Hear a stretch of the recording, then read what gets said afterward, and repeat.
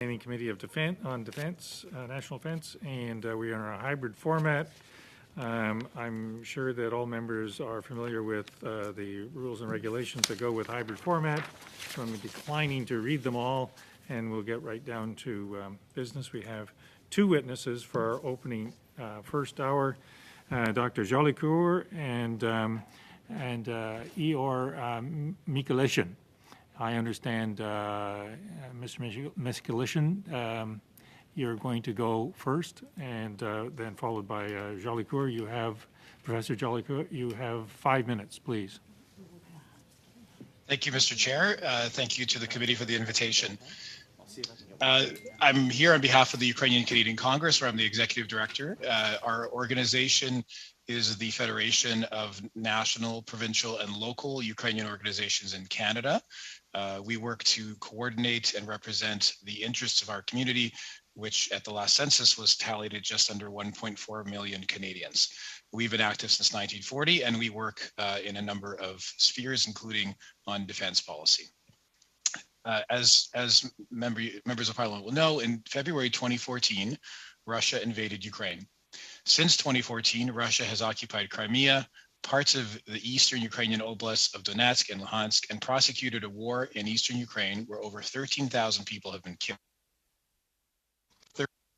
and 1.5 million have been internally displaced within Ukraine.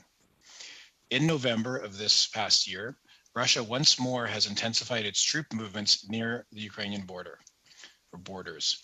A series of diplomatic discussions in the past few weeks between the United States, NATO, Ukraine, and Russia has yielded no concrete results nor commitments from Russia to de-escalate its aggression against Ukraine. The UCC and the Ukrainian Canadian community believe strongly that now is the time to act to further deter a Russian invasion of Ukraine, rather than wait until it happens. We feel the most effective way to deter a Russian invasion is to take solid proactive actions rather than reactive steps.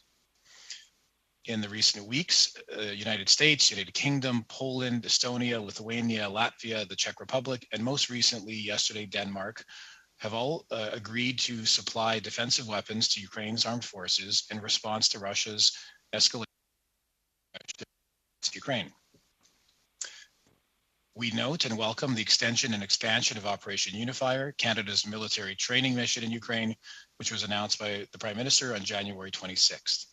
In the long term, the extension and expansion of this critical mission will strengthen Ukraine's defenses. However, the threat of an immediate Russian invasion grows every day, and the Ukrainian armed forces need our assistance now.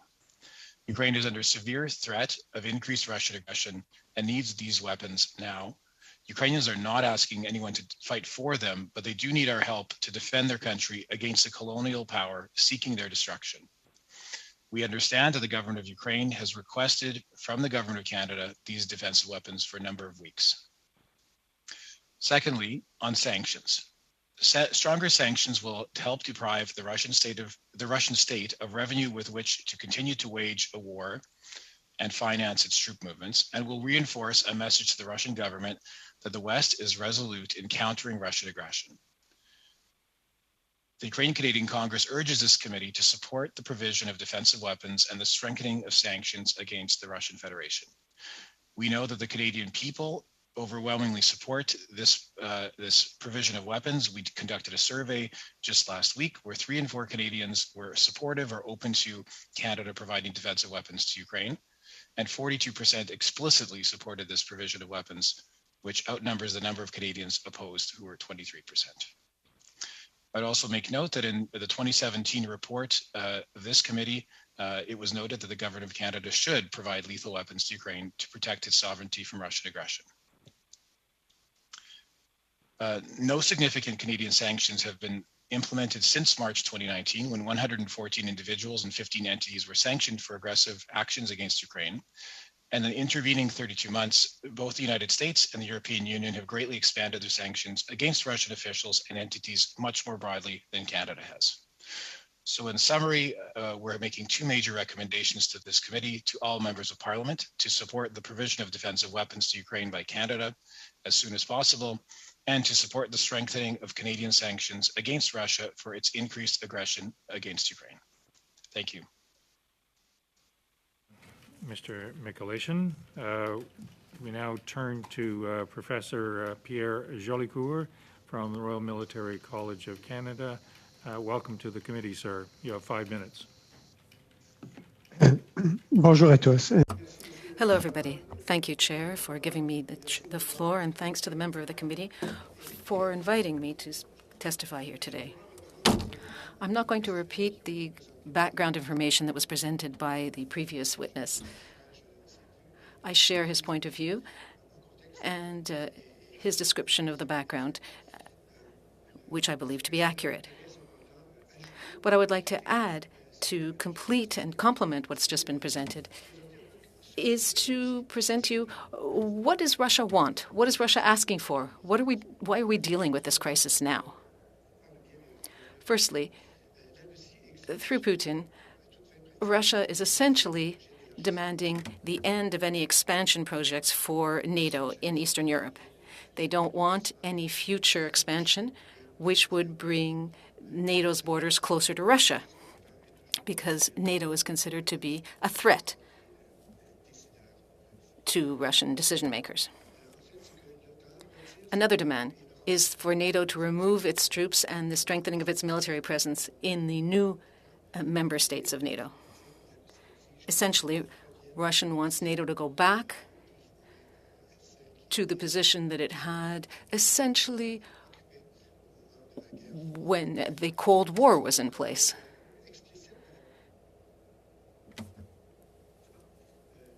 These were the explicit demands.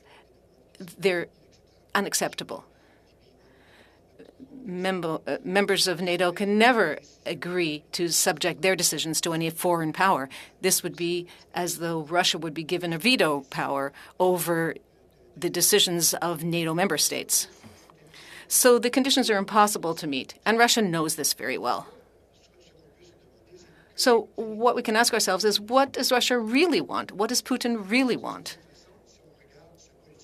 Well, if you look at more recent foreign policy, what he's trying to do is to bring Russia back to its glory. It wants it to have a respectable place in an international order. Putin is also trying to protect Russia's interest and the security of Russia.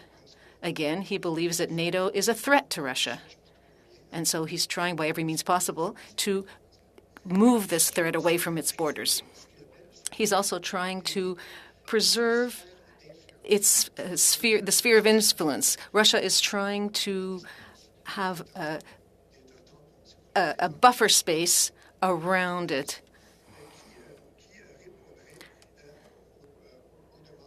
And that would be made up of states that would comply with Russia's demands, in other words, states that are not fully sovereign. The problem with Russia's demands, which are long-standing, they're not recent demands. The problem with these is that this calls into question the international order. In Russia's eyes, they consider that there are two kinds of states in the world, two kinds of nations: those that are sovereign, which theoretically is accepted by the international order. In other words, no foreign power is higher than the particular nation as a nation or as a state. But for Russia, there's that kind of state, but there is also another kind, which are the ones close to it, the states who are former Soviet Union republics. So the 15 republics, 14 others plus Russia, are considered to be part of the near state. And so the former Soviet Union states are not fully sovereign states in Russia's eyes. They must align their foreign policies to the will of Moscow. States which comply with Moscow's will have no problems, and Russia cooperates with them. For example, Kazakhstan. Last month, we saw riots, and they turned to Moscow for troops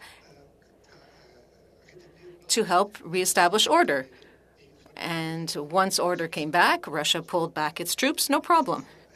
Kazakhstan allies its foreign policy to whatever Moscow wants. But there are other states, such as Georgia, as we saw in 2008, or Ukraine, and others, do not necessarily want to align their foreign policies with Moscow's. and they experience the problems that come as a result of this. Moscow is encouraging secession movements in these states. And that's an easy-to-use tool for Moscow in order to manipulate and pressure these countries. In other words, these states are not fully sovereign. Mr. Jolicoeur? Can you wind up in a minute or two? D'accord. Alors, pour conclure. So in conclusion, I would say that the current crisis seems to be somewhat artificial. Russia is noting the will to extend NATO, but the last promise to this effect dates back to 2008. So why have a crisis now? This seems to be a manufactured, artificial crisis manipulated by the Russian authorities. Why now? Well, Russia seems to consider that Ukraine's wish to turn to the West is something that's going to increase and continue. Ukraine's security forces are getting stronger thanks to training by Canada and other contributing countries who have assisted Ukraine, and militarily with weapons as well that have been sent to Ukraine. So Russia feels relatively strong because they've just completed military reform. So if Russia were to intervene, I'm not saying that they have to, but if they were to, it's better to do it now than later. I would end with that. We now turn to the first round of questions. They are 6 minutes each. The Conservative have the first 6 minutes, Mr. Ruff, and then Mr. Fisher, and then Madame Normandine, and then Ms. Matheson. So in that order, Mr. Ruff, you're on for 6 minutes, please. Thanks, Chair. So, look, just subbed in here, so I'm getting caught up. Fortunately, for the witness's sake, I do have a little bit of background experience with the Canadian Armed Forces, having just retired after 25 and a half years a couple years ago, and been involved in some initial discussions when we were standing up the Op Unifier mission. So, look, I guess my first question will be to both witnesses. I like both your perspectives. Can you give us a probability or what the chances are you think that the Russians will actually conduct a land excursion into Ukraine?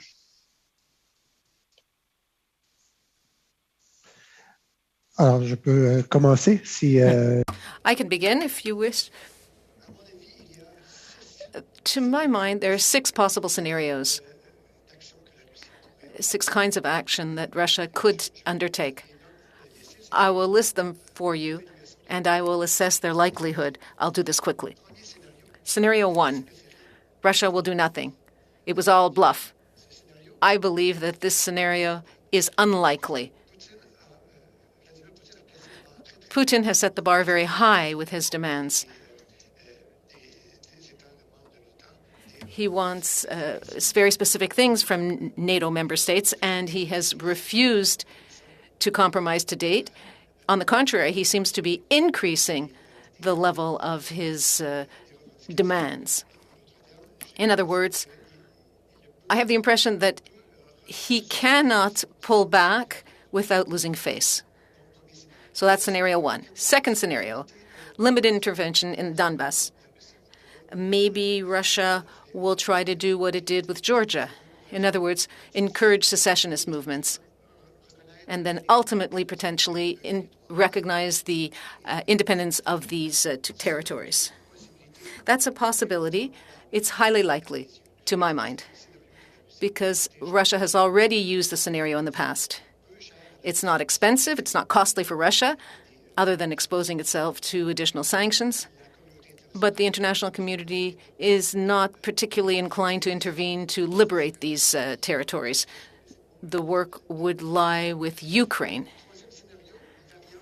Then the third scenario is a variant of the second scenario, which is to extend secessionist territories. In other words, there are 2 secessionist territories, but they don't occupy all of their provinces as designated in the administrative structure of Ukraine. So Russia could come and assist these 2 territories to broaden the control of these territories that they're currently occupying.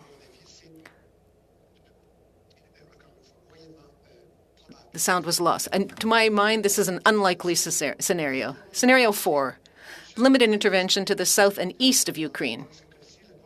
In this case, Moscow's will would be to have territorial continuity between the secessionist territories in Donbass and Crimea. And this would give Russia an opportunity to have territorial continuity along the south of Ukraine. This is somewhat probable. Scenario 5, intervening in a part of Ukraine in the west to extend to the Dnieper River, separating Ukraine in half. So the east would be occupied militarily by Russia. This is a somewhat probable scenario. Russia has the military capacity to do it. They're amassed now, and they could technically be able to do this. Sixth scenario, intervening to take all of Ukraine. I believe that this is an unlikely scenario. It's not completely to be excluded, but I believe that it's unlikely.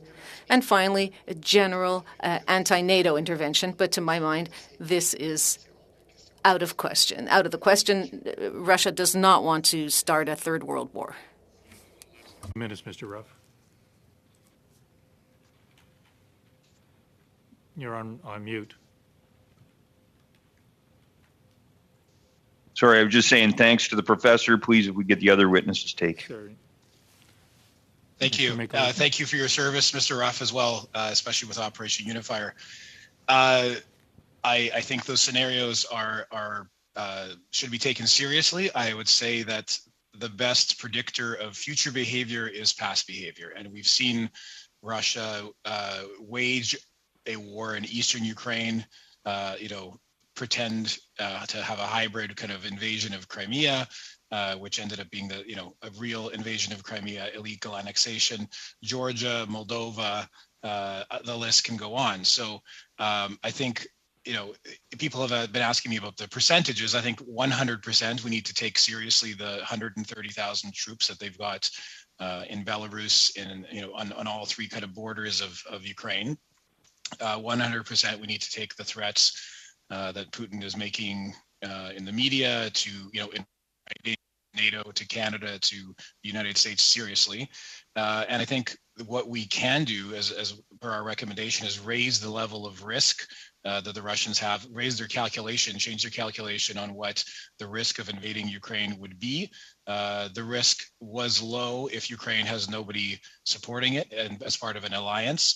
The risk is now being raised by the United Kingdom and the United States and other allies, as I've noted. So I think that's the most important thing that we can do in this situation. Thank you. I believe my time's up there, Chair. It is indeed. With that, I'll turn to Mr. Fisher. 6 minutes, please. Thank you very much, Mr. Chair. One moment while I let my dog out. You got to mean this is a real committee. Yes. You gotta know that could be the worst possible timing ever for a dog to tap at the door to want to get out. Mr. Chair, I want to thank both of our panelists for being here today, for sharing their expertise and also their incredibly valuable time in a very volatile time in our history. I'll tell you, it's very good to be back on the National Defense Committee. I served from 2015 to 2019. I want to be very clear when I say that Canada is a friend to Ukraine and to the Ukrainian people. I was fortunate, blessed with the ability and the opportunity to visit Ukraine a few years ago with this very committee, met with some amazing people, met with some locals, met with some world leaders. And I have to tell you that it was one of the finest visits I've ever made. As you know, Canada has clearly condemned Russia's continued threats and buildup of their military around Ukraine. And although we're all calling for and hoping for a diplomatic solution, we have other tools in the tool chest. And as the ministers have said, any further aggression on the part of Russia will be met with consequences. Now, I'd like to talk about Operation Unifier, which our government has just extended and we're expanding. When it comes to Ukraine's armed forces preparedness, how is Unifier, and I guess I'll go to Ihor on this as we've met several times in the past, but how is Unifier helping to prepare Ukraine's defense team for this increasing Russian aggression in the region? Mr. Fisher's dog seems to be quite anxious to hear that answer. His mother came home. Oh, okay. Great. Well, thank you for and again, it's great to see you virtually here.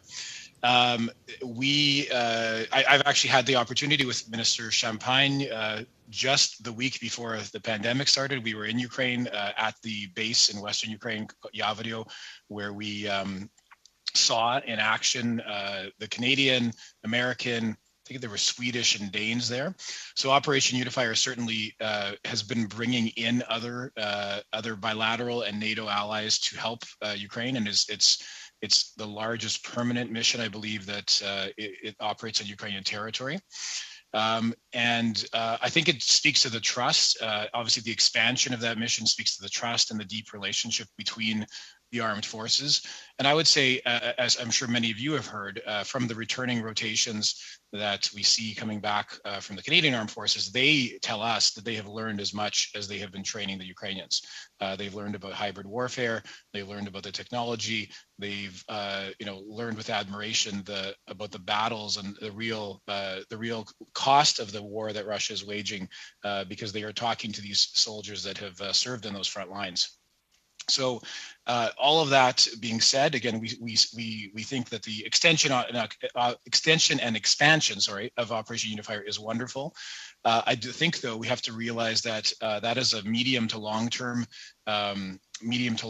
goal for in terms of a program. Right now, obviously, Minister Anand has announced that even now, before an invasion has begun, that those soldiers have been moved back to the west of the Dnipro River to safer positions in Western Ukraine.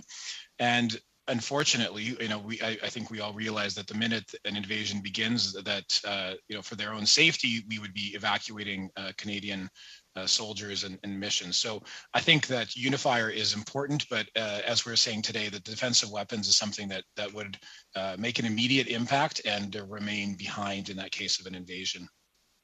Thank you. Okay, so in my opening, I talked about other tools in the tool chest, and we've made it very clear, the ministers have made it very clear that we're willing to take further steps should Russia continue this aggression. Strong sanctions, I think the minister said, are at the ready and can be instigated within half a day's notice. Now, I know that Ukraine has asked for defensive weapons or lethal aid. Tell us more, if you can, Ihor, about what these shipments would mean for Ukraine's readiness. And is there the possibility of these shipments causing further escalation of the situation with Russia? Thanks for the question. I think, again, 2-3 weeks ago, we saw there was a shift in the position of Ukraine's partners and allies, both bilaterally and NATO. Everybody was holding off doing anything because there was a concern that any action would be Russian provocation. And then we saw a shift, starting with the United Kingdom, then the United States. I've lost track of how many plane loads of ammunition and missiles have been sent by those allies, and then the growing list of countries, yesterday Poland and Denmark. So I think that all of that gear, all of that kit, it does several things. It is morally important for Ukrainians to know that they have literal aid, for their own self-defense from these partners all over the world. It is technologically advanced gear that they don't necessarily have. So there's an element of that. We need to remember that nobody hopes to use this defensive equipment. That this is kind of the worst case scenario if Russian tanks or Russian were to cross the border, Russian airplanes were to bomb, God forbid, major cities or infrastructure in Ukraine. So helping Ukraine to defend itself, I think, actually extends, as you said, the work of Operation Unifier. We're there to help Ukrainians defend themselves. There's no ask to send, combat troops from Canada or anywhere else. That's never been anything that Ukraine has asked for. So I think, again, the sanctions are important. We're pushing for sanctions now. I mean, it's very clear that Putin keeps adding more and more of his military personnel to the deployment. And so we think he should be facing some consequences now, as opposed to the day after or the afternoon after he decides that he should. Yeah. Unfortunately, Mr. Fisher, that's it for your time. With that, we'll turn to Madame Normandine, 6 minutes, s'il vous plaît. Merci beaucoup, Monsieur le Président. Moi aussi, j'aimerais. Thank you very much, Chair. I'd also like to thank our two witnesses for your presence here. You've really prepared the way for our study and review. It's most appreciated. I have questions first for Professor Jolicoeur. I'd like to hear what you have to say about the various threats that Russia can make towards Russia, direct threats and also perhaps the likelihood of these threats being carried out?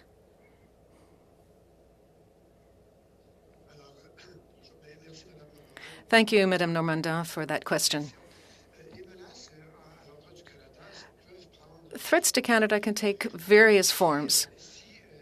As I see it, if Russia considers that Canada's support for Ukraine is casus belli, a cause of conflict, then Russia could undertake a series of actions, either directly or indirectly.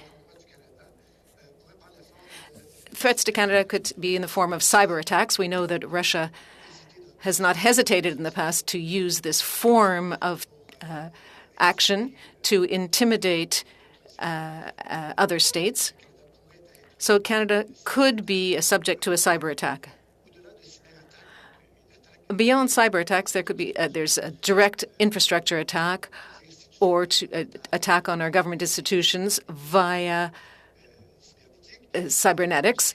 Russia could also organize an information campaign or information activities or misinformation to have propaganda, to denigrate Canada's efforts, or to undermine Canada's social fabric so that the people of Canada would disagree with the decisions being made by its own government.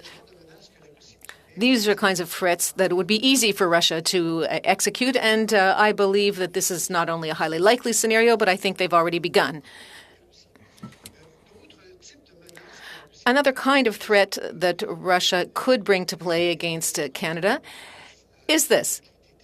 There could be a threat to Canadian territorial integrity. There could be an attack. I believe this to be unlikely. I don't think that Russia wants to expand the theater of operations. Canada is not the main player in Russia's eyes. It could be tempting to take a little state such as Canada. I say little in that we don't have the same power as the U.S. or France or the UK, obviously.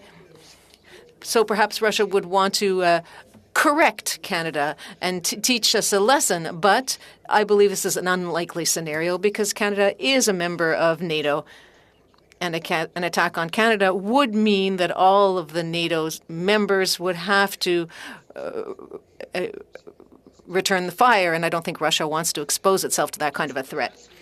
Another form of threat would be to use the Russian community in Canada.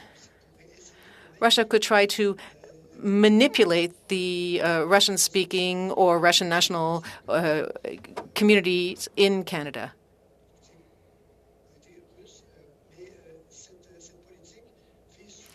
This policy would target the Russian communities in the former USSR states. For further away communities, Russia has ways of communicating with them and influencing them using various press and TV stations, RT, the former Russia Today, or Sputnik, or other communication channels. Russia could use those channels in an attempt to spread misinformation, to mobilize or to influence the Russian community. I believe that the Russian community in Canada is much smaller than the Ukrainian community in Canada.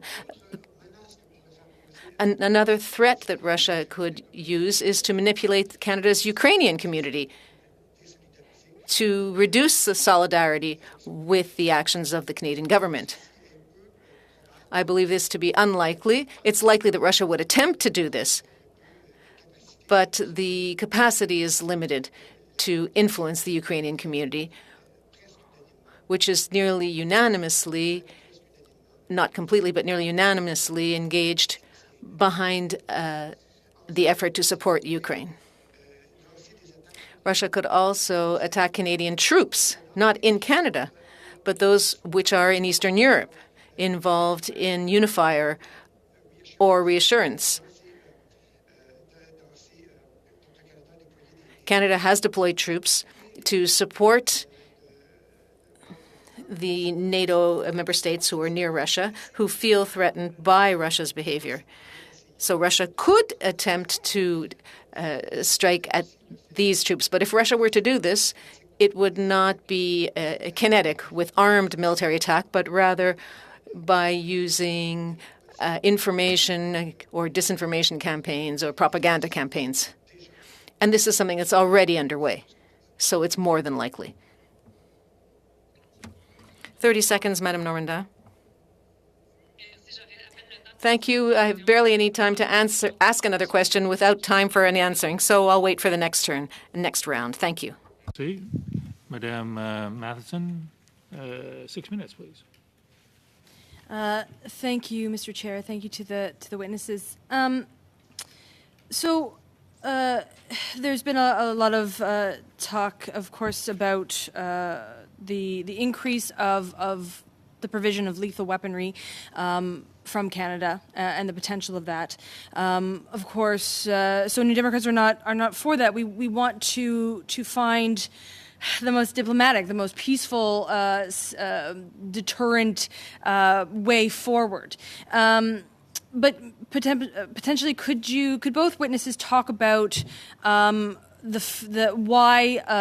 some of those diplomatic ways forward have not been successful thus far, and I tend to believe, and if this is true, that would be great to hear it from the witnesses as well, but that Canada has failed to provide the supports in terms of the diplomatic corps that it needs to, in terms of the international aid that it needs to, so that we find ourselves down many years, into more of a crisis than we need to.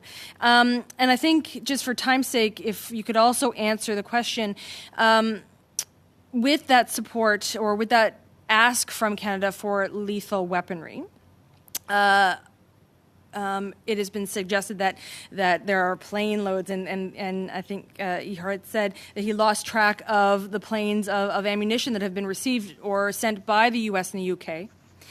Why is that not enough?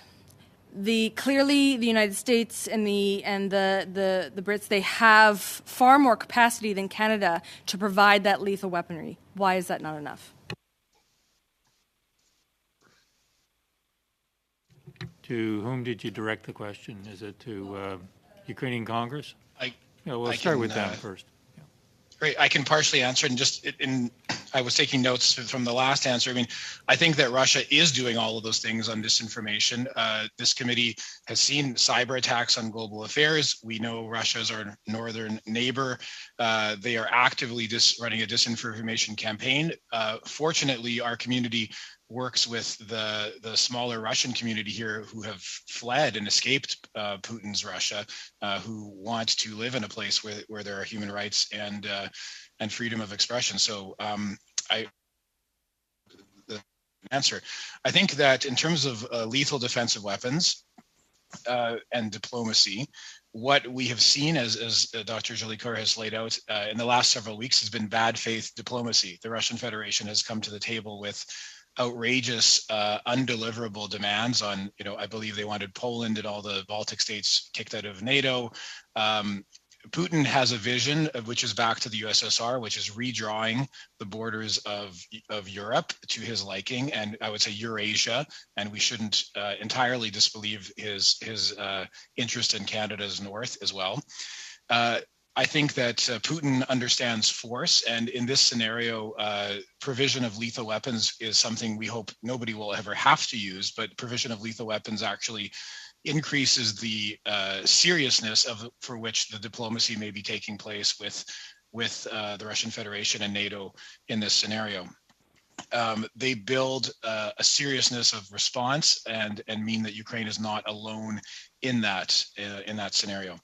In terms of the question that was asked about why the current aid is not enough, I think that we saw yesterday the Canadian flag was part of a group of flags that was raised in Ukraine's parliament, and so Canada, while the Operation Unifier mission is important, it is very significantly noted that Canada has not joined the list of countries, particularly NATO ally countries, which are providing these kinds of military defenses.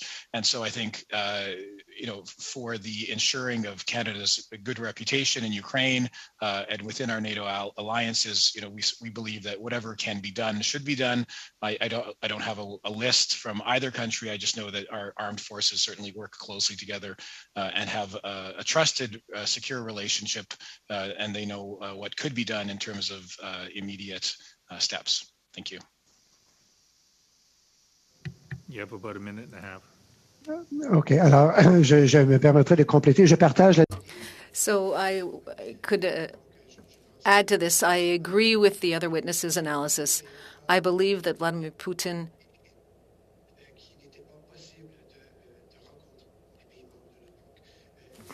unfortunately, the sound has cut out. Unfortunately, negotiation is not being done in good faith. Understanding that NATO member states cannot meet his requirements, I think one could question his true intentions or the true intentions of current Russian authorities. I think that if we could offer Russia something, it may be able to save face and then withdraw its current pressures on the borders of Ukraine. But I think this would be abdicating on sovereignty, and I think this would be sending the wrong message. What I could also note is this. The US, the UK, and other states are currently providing weapons either directly to Ukraine or are strengthening NATO's military presence around Ukraine so as to strengthen the security around this and in states around Russia as well. This is the kind of action that Canada can take. I believe the current state of the Canadian forces is such that we cannot mobilize much more. We can't deploy much more than is what's in Ukraine currently. I think that Canada is doing what it can to support Ukraine, but sending additional troops would be difficult. If we're going to get to a full second round, it's going to have to be fairly smartly executed. So we'll get started on it, and I need some guidance from the Liberal Party as to who the third questioner might be in the event that we get there. So we'll start with Mr. Doherty and Madame O'Connell. 5 minutes each, please.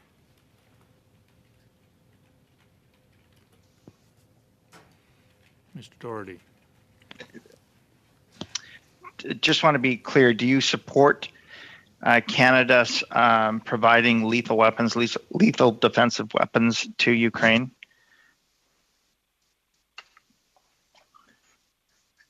C'est une très bonne question. Excuse me again. Apparently, the sound connection is cutting in and out with you. The suggestion is that you turn off your camera and respond. So if you turn off your camera, we'll see whether we get a better sound. Thanks. Okay. Alors, j'espère que le pour la question à Monsieur Doherty.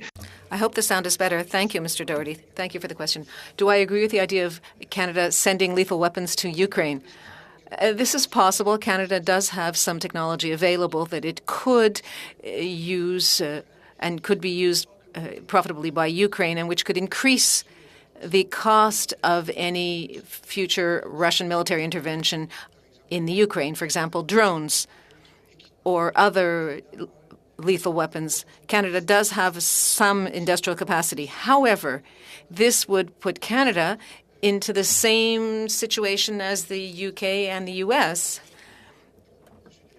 In Russia's eyes, these are states that are supporting Ukraine considerably, and this would expose Canada potentially to further intimidation by Russia.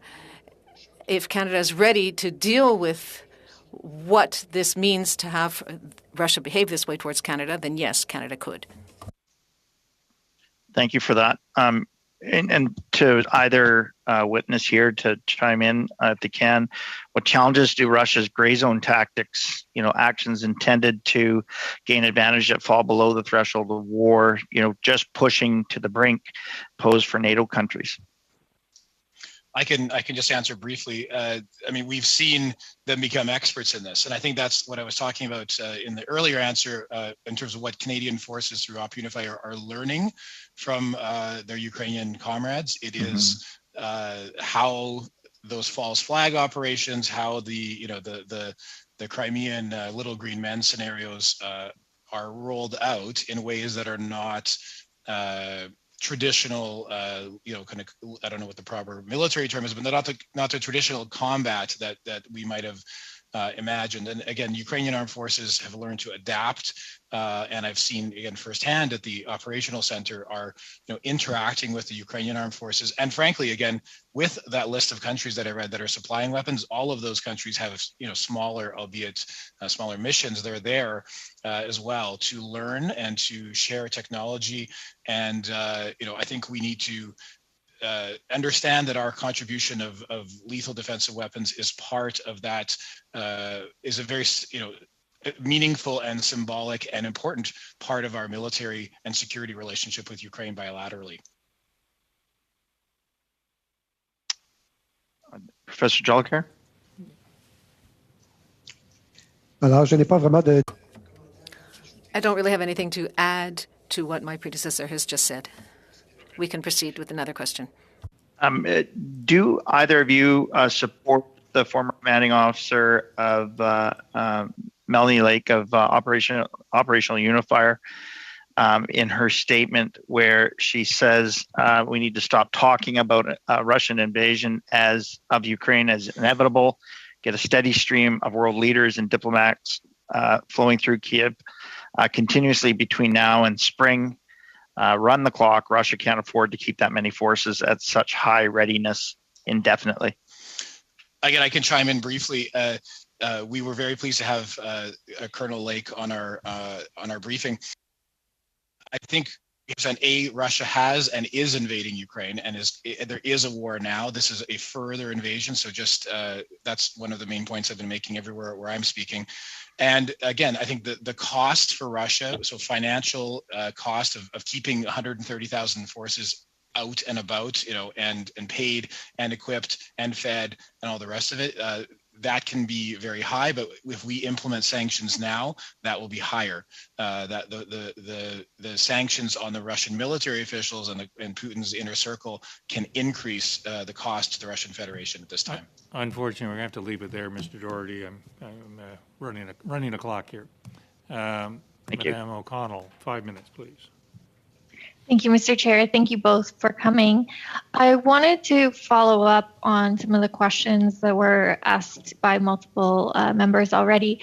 In terms of the support for sending lethal weapons or the request for sending lethal weapons, I'm not sure, just in the interest of time, if your answers were short, but I almost got the impression that of course these weapons could be useful, but it was also about sending the message that Canada is doing everything. But are there actually specific, and again, if your statements need to be clarified on that, I would appreciate it, but are there specific lethal weapons or technology that the NATO allies have not been able to provide that you would like Canada to provide, or that the Ukrainian government would like Canada to provide?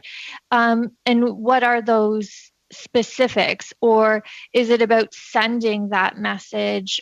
Because in fairness, I think Canada has been there for years, and we've talked about the different operations as well as Operation Reassurance, which is about the surrounding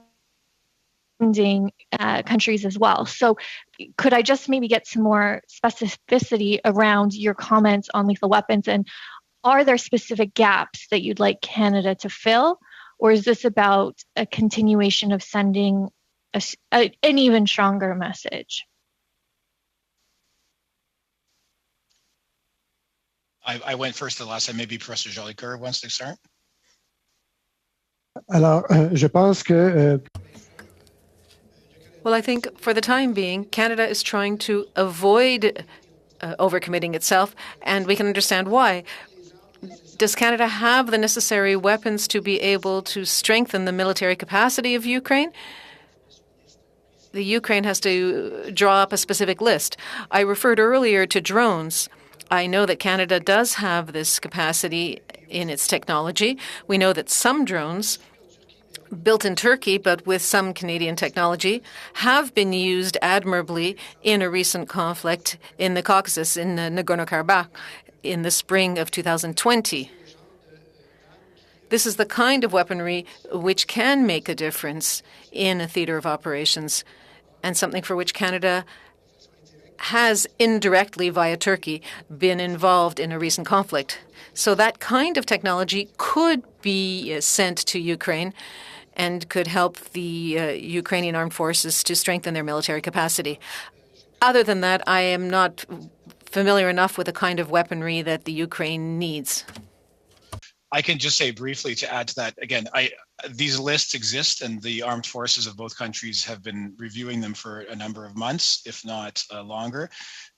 What I've been told generally is that Canada obviously specializes and has a large land and sea border. And so any kind of surveillance systems that we could be sharing with them would be particularly useful in terms of detecting are going to invade. And so we have a specialty in that, and particularly in the high tech sector. And so it's all about, as you said, putting a higher cost on the Russian calculation to invade. And we know that the trusted relationship between the two armed forces means that those discussions are ongoing at a very secure level. Thank you for that clarity. Just on a follow-up, would that surveillance technology, especially for land and sea, for example, would that be considered lethal defense weapons?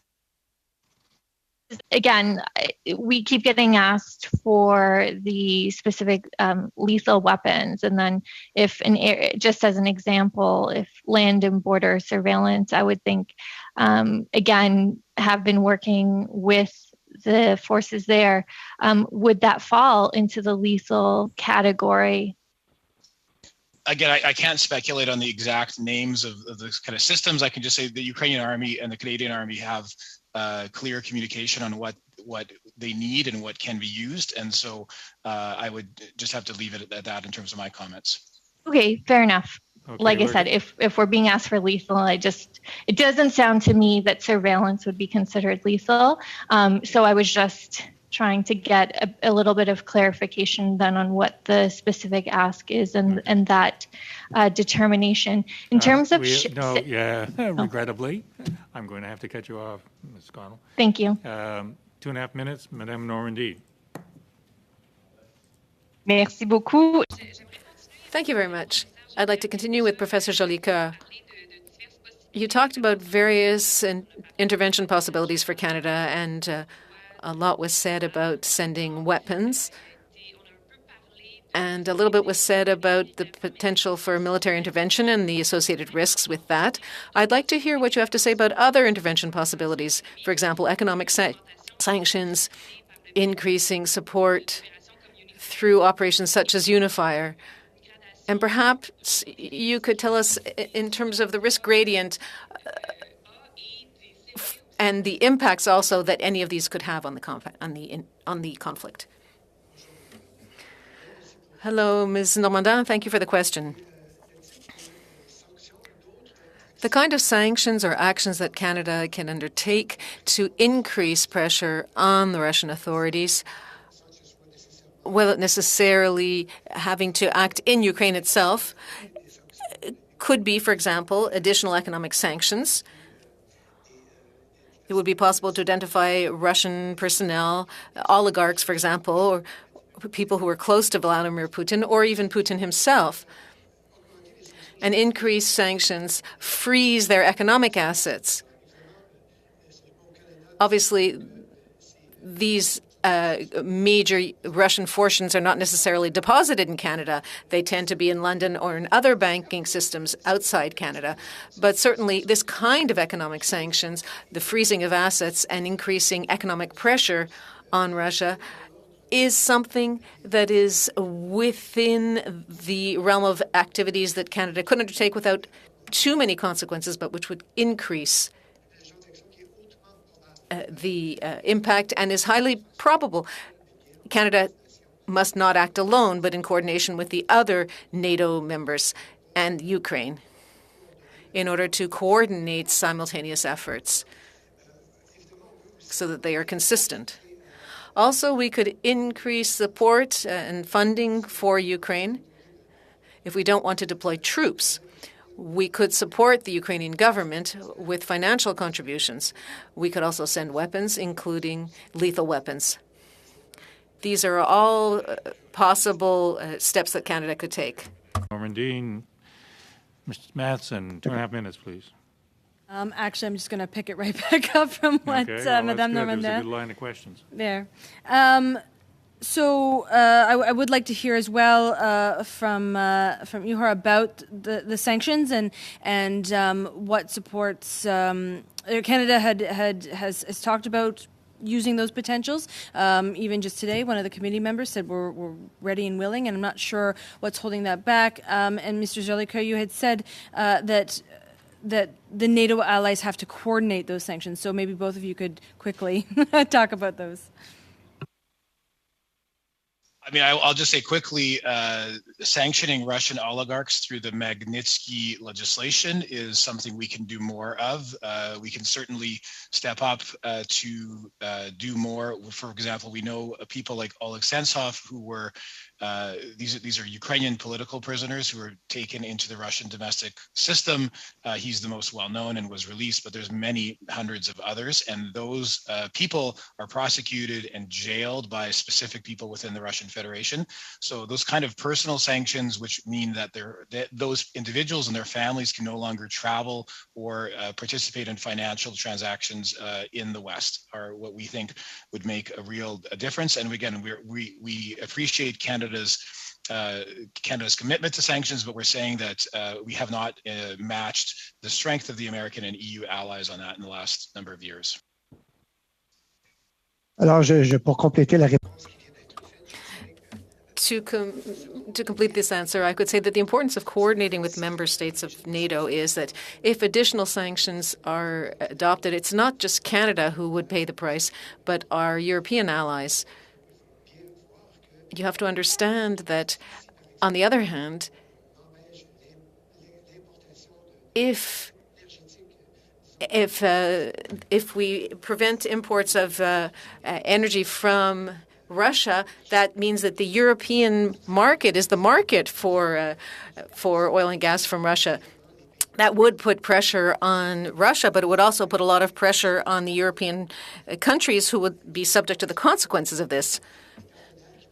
Do we have partners who could replace Russia as a source of energy? Maybe Canada can make some efforts in this direction, but we are having difficulty exporting our oil resources because we don't have the pipelines necessary. This is an old issue in Canada,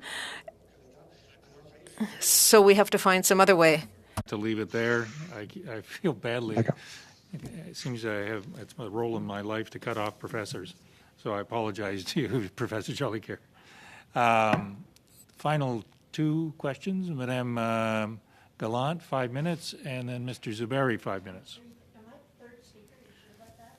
Well, that's what it says here. Okay, well, that's fine. First of all, Mr. Michael Shishin, you had mentioned false flags, and in the news this week, we had our state broadcaster say that the Russians were behind the truckers on Parliament Hill right now. They were calling it a plot by the Russians. How likely is it that they are behind these people who seem to be grassroots individuals there for their own causes?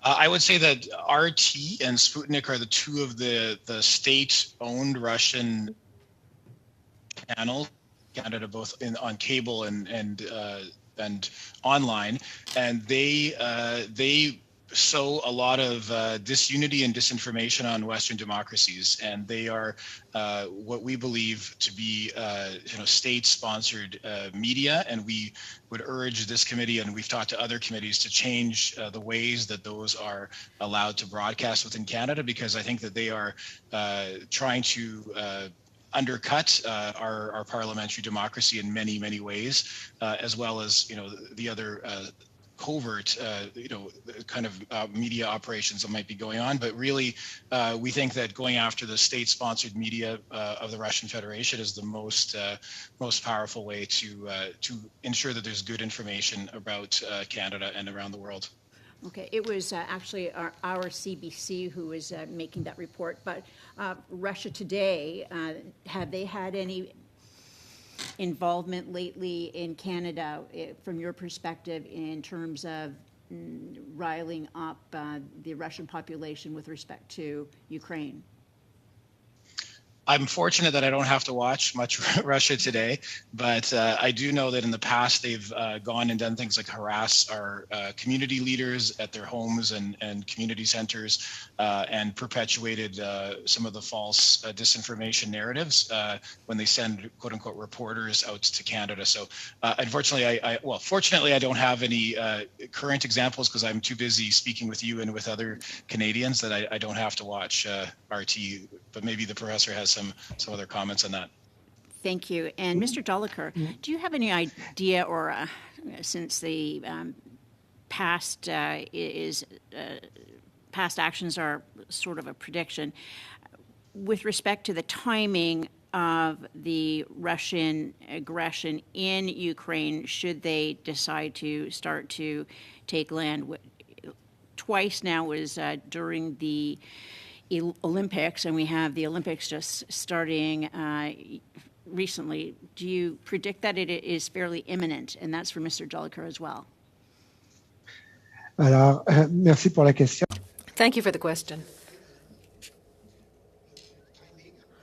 I think in terms of the timing of a potential intervention, I think that Russia is going to want to spare the Chinese authorities and wait to after the Olympics if there's going to be military action.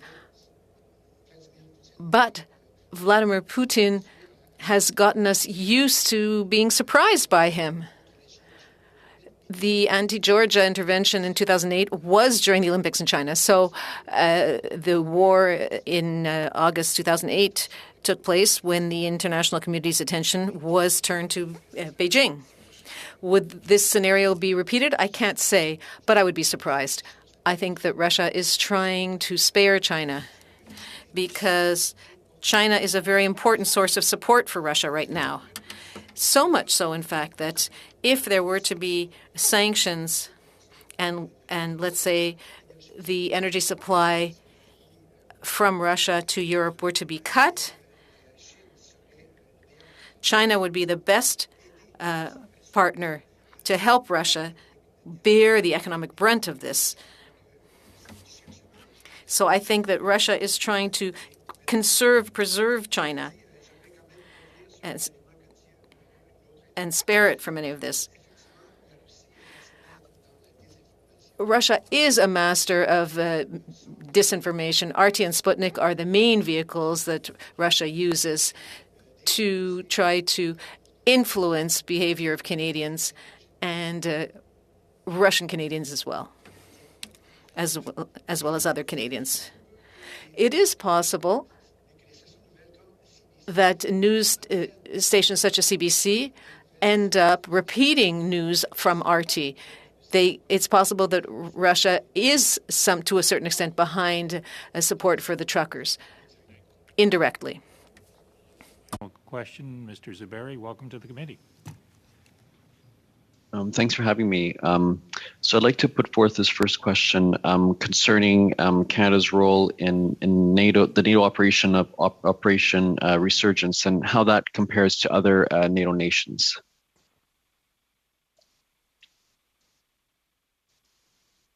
Did you direct that to? So ça c'est pour Monsieur Jolicoeur. That's for Mr. Jolicoeur. Clear to me. So to what extent? With respect to Operation Reassurance, yes, and Canada's, our country's role within NATO and how other NATO countries are involved in this operation as it relates to Central Eastern Europe. If you have any, if you'd like to shed light on that, I'd be happy to hear you on this point. Oui, alors c'est important pour le. It's important for Canada to be part of these missions. And it's a priority because NATO member states are the ones who benefit from this support. For Canada, it's important to support Ukraine, and there is a large Ukrainian community in Canada. So from both points of view, Canada must support this. I think that the other NATO partners, particularly U.S., I know that additional troops were announced today for Eastern Europe, but care was taken to not place any additional U.S. soldiers in Ukraine so as to avoid upsetting Russia and increasing pressure. Russia is looking at the U.S. It's not Ukraine. It's not about NATO. It's really the U.S. that Russia's targeting. And the U.S., I think, is doing well to avoid placing U.S. soldiers there. But if there were to be U.S. soldiers in Ukraine, that would increase pressure on Russia considerably, more than whatever Canada could do. Thank you. Merci, Monsieur Jolicoeur. Et une deuxième Thank you, Mr. Jolicoeur. I have a second question. To Canada's strengths, how do you feel that we're leveraging them when we compare to the collective of the NATO alliance? How are we leveraging our strengths and expertise in addressing the issue of the conflict?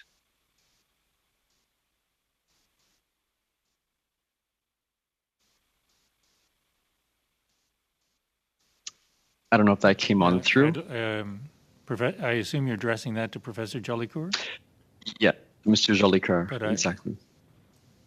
I'm not getting any sound from Professor Jolicoeur. D'accord, j'avais des problèmes de son. Donc... I had some sound problems. Sorry, could you repeat the question? With respect to our Canada's expertise and our capacities, and if you look at the NATO alliance, are we leveraging our expertise and capacities in a productive way, in a useful way, when it comes to NATO's involvement in Ukraine and the region?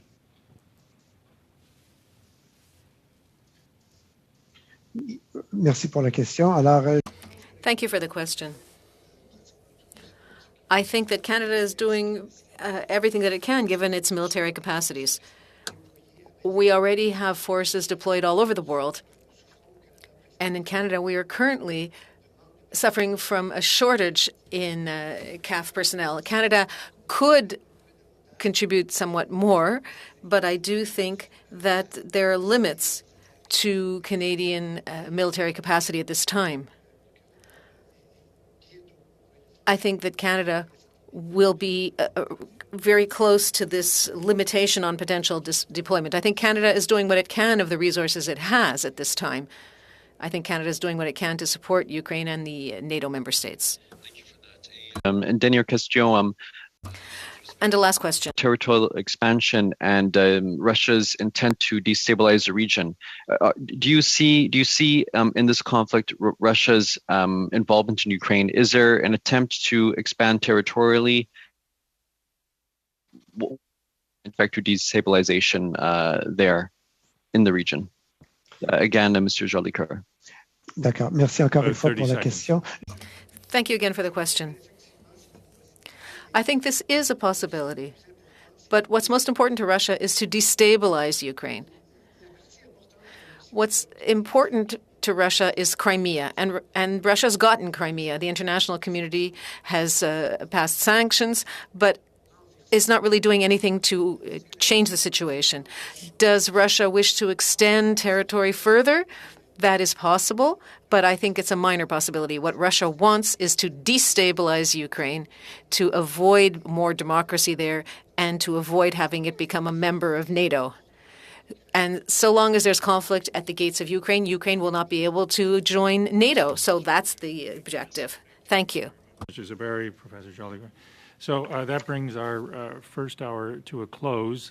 I want to, on behalf of the committee, thank Mr. Mikulation and Professor Jolicoeur for an outstanding start to this study. Very, very informative, and I just want to thank you on behalf of the committee. With that, we'll suspend for a minute or two while we re-empanel. Thank you.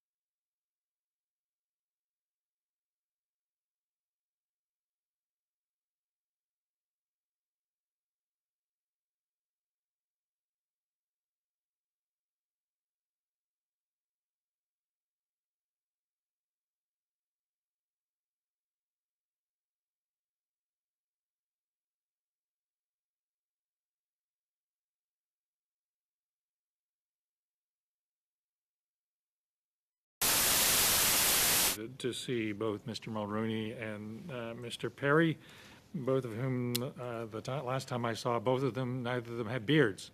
So with that, I want to invite them to make 5-minute statements. Is there any agreement between either of you as to who proceeds first? Okay, well, we'll go in alphabetical order then. Mr. Mulroney, 5 minutes, please. Thank you very much, and thank you for this opportunity to. I've spent a lot of time reflecting on two issues from my professional life. One is the challenge of managing our steadily evolving relationship with China. The other, heavily influenced by my experience working on Afghanistan, is the inclination within the public service to focus much more on policy development than on policy delivery, how things actually get done. It's an attention deficit that all too often leaves things undone. Both issues are, I believe, relevant to the work you're undertaking. When I left Beijing, I argued that we were failing to see China comprehensively as a country offering real opportunities, but also a growing set of challenges. 10 years on, this hasn't changed, except that I now believe that the balance has shifted decisively in the direction of challenge, and that China represents the greatest long-term threat to our country. Let me be clear that when I refer to China, I am referring to the People's Republic led by the Communist Party and not the people of China. This growing threat is fed by the conviction in Beijing that weakness and decline in the West are ushering in unprecedented opportunities for global leadership for China. This ambition is collective, shared at the highest levels of the Communist Party, but it's also profoundly personal, the guiding star of China's paramount leader, Xi Jinping. It is fed by a dangerous overconfidence in China's capabilities, and at the same time, by nagging doubts that growing economic headwinds, demographic decline, and mounting international pushback will deny China its global hegemony, unless it moves quickly and decisively. There's a military dimension to this threat, and I will leave that for specialists to describe. While it applies to Canada, it is most acute for our friends and allies in East Asia, democracies whose safety and survival are vitally important to us, not least because they're home to so many Canadian citizens. This argues for investing seriously in the expeditionary capability of the Canadian forces, something important in itself, but also essential if we are to be welcomed into new alliances, and if our voice is to be heard in the conversations that matter. In addition to the military threat, Canadians face PRC, People's Republic of China, aggression here at home. This includes harassment of members of the Chinese diaspora, as well as the many Tibetans, Uyghurs, and Falun Gong practitioners that China's Communist Party targets across this country. The threat also includes aggressive espionage, efforts to influence media and various levels of government, and even attempts to limit our autonomy. China's objective is to compel us into the kind of bilateral relationship it understands best, which means becoming its compliant satellite, a vassal state. Responding to this unprecedented challenge calls for a level of leadership, vision, and coordination that is rare in government. It will require multiple departments and the Canadian forces to understand and pursue goals over narrower organizational objectives. This challenge must not be underestimated and almost certainly requires changes to the machinery of government. We must also address two operational issues so fundamental as to be existential. First, we need to revitalize and repair leadership culture in the military and the public service, and recover the conviction that all public service, and here I include elected office, entails lifelong loyalty to Canada and an enduring obligation to protect privileged information acquired while serving this country. Second, we need to recapture what I would describe as a sense of national purpose. The defining element of Chinese strategy is psychological, aiming to intimidate and discourage an opponent so that he or she submits without a struggle. Bluster and intimidation are deployed to encourage passivity and defeatism, engendering in the foreign target a kind of national exhaustion, a widespread failure of will, and a drift into terminal dependency. The best antidote to this is a healthy sense of confidence in who we are and what we've accomplished. Faith in our history, our institutions, and our people. We've needed to call on this resolve at key points in the past, and it has never failed us. But it is a resource that needs to be cultivated and replenished by our leaders and by our leading institutions. We can't meet the threat posed by China if we've lost touch with Canada. Thank you. Thank you, Mr. Mulroney. Mr. Perry, you have 5 minutes. Thank you. Mr. Chair, members of the committee, thank you for the invitation to speak to you today about the threat analysis affecting Canada and the Canadian Armed Forces' operational readiness to meet those threats.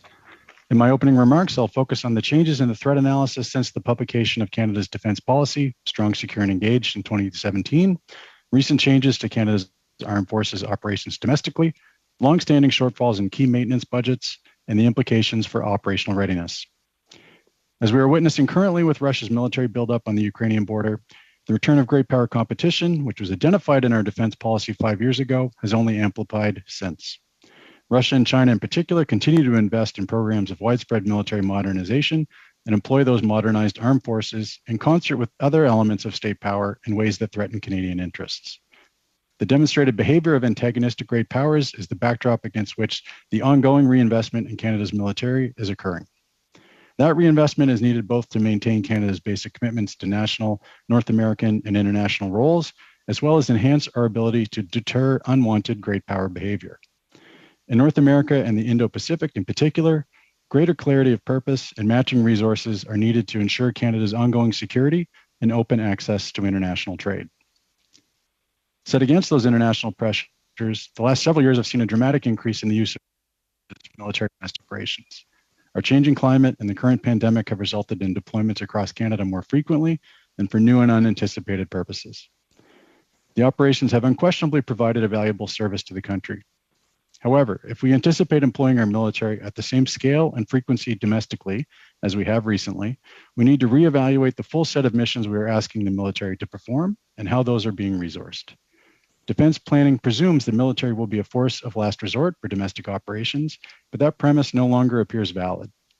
If the military has become the force of choice for providing domestic assistance, and those roles are prioritized, that will necessarily reduce the operational readiness of the military to perform other missions by impacting training, equipment usage, and personnel operational tempo. If that type of defense reorientation is desired, it should be done purposefully and with any required resourcing trade-offs made deliberately.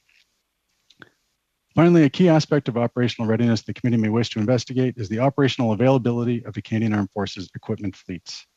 The ability to deploy equipment operationally is dependent on the maintenance and support regime that keeps our ships, aircraft, and vehicles serviceable. A key component of that serviceability is the availability of funding and the ability to deploy it in what National Defense refers to as its National Procurement Account, a centrally managed budget that funds a significant portion of the military's maintenance. For the last decade, Defense has been dealing with two different shortfalls related to its ability to address the identified maintenance needs of its fleet. The first is a shortfall in the capacity available in government to put maintenance contracts in place, as well as in industry to do the actual work. And the second shortfall relates to the availability of funding to conduct all that. As a result of combined shortages of funding and capacity, for years our military has been conducting less maintenance across its equipment holdings than required. Over time, under-maintaining equipment reduces its availability for operational employment, a dynamic exacerbated as equipment ages. Given the advancing age of some key fleets, frigates and fighters in particular, this maintenance deficit is growing, which will limit the operational readiness of Canada's military for the next several years. And some are constraining the operational readiness of Canada's military, the need to take additional steps to defend Canada and North America with our American allies, an imperative to be more involved in the Indo-Pacific, significant increase in domestic operations, and long-standing but ongoing maintenance shortfalls. A reevaluation of what Canada is asking its armed forces to do and the resources required to do it is in order. Thank you. Thank you, Mr. Perry. With that, we'll go to our first round of questions, and first 6-minute rounds, Mr. Motts, Mr. Main, Madame Normandine, and Madame Matheson. So in that order, Mr. Motts, 6 minutes.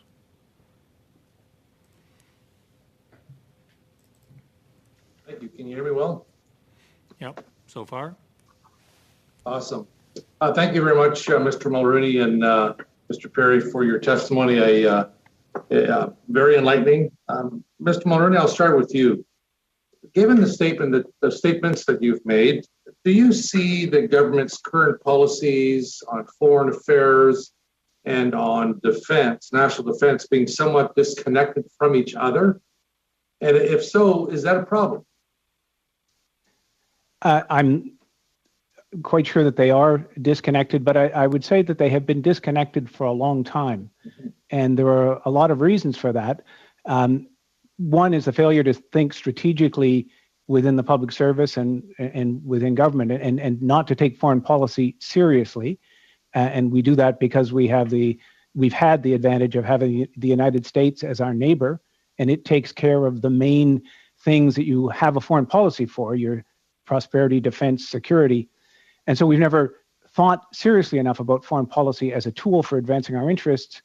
And secondly, because I think there has been a failure, and this is my personal view and observation, of civilian leadership over the Canadian forces.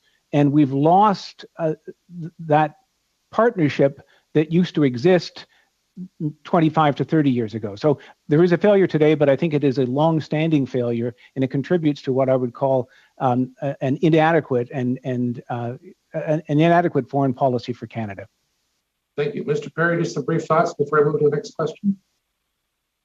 I would agree that there's an emerging disconnect between our public rhetoric and what we're asking and resourcing several different elements of our national international policy to do. And I think bringing those back into a better calibration would lead to better outcomes for Canadians. Thank you. Mr. Mulroney, in your opinion, is Canada in good standing with our allies? It seems like we're out of step with our Five Eyes on Huawei. We're out of step on China. We're out of step on defense, international cooperation. From your perspective, what are your thoughts on that? I think we have slipped in terms of even within the Five Eyes. I think we have become seen as the fourth most aggressive member of the Five Eyes when it comes to combating Chinese interference, and New Zealand is basically not doing anything. So we're at the back of the pack, and I think we see that in terms of the meetings that are taking place. The Times Canada's name is referenced when people are talking about the new alliances and new multilateral groupings that are being formed. And I think that has to do with two things. One is that we're seen to be people who see foreign policy as transmission, as sending messages, not so much listening. It's largely rhetorical. And two, because we have allowed our military capability to diminish over time, we're simply not able to be present. And increasingly, as new alliances and new multilateral groupings are formed, membership depends on what you bring to the table, and we're not seen as bringing enough. Thank you. Before my time is up. Sorry, Glenn, sorry to interrupt you, but apparently there's a difficulty with your microphone, something to do with you not having connected into the audio part of the Zoom call. Have I got that correct? The bottom left. And the bottom now left. We got it. You got it? I got it. Yeah, okay. Thank you. Is that better? Okay. Yep. Am I assuming that's better? Thank you.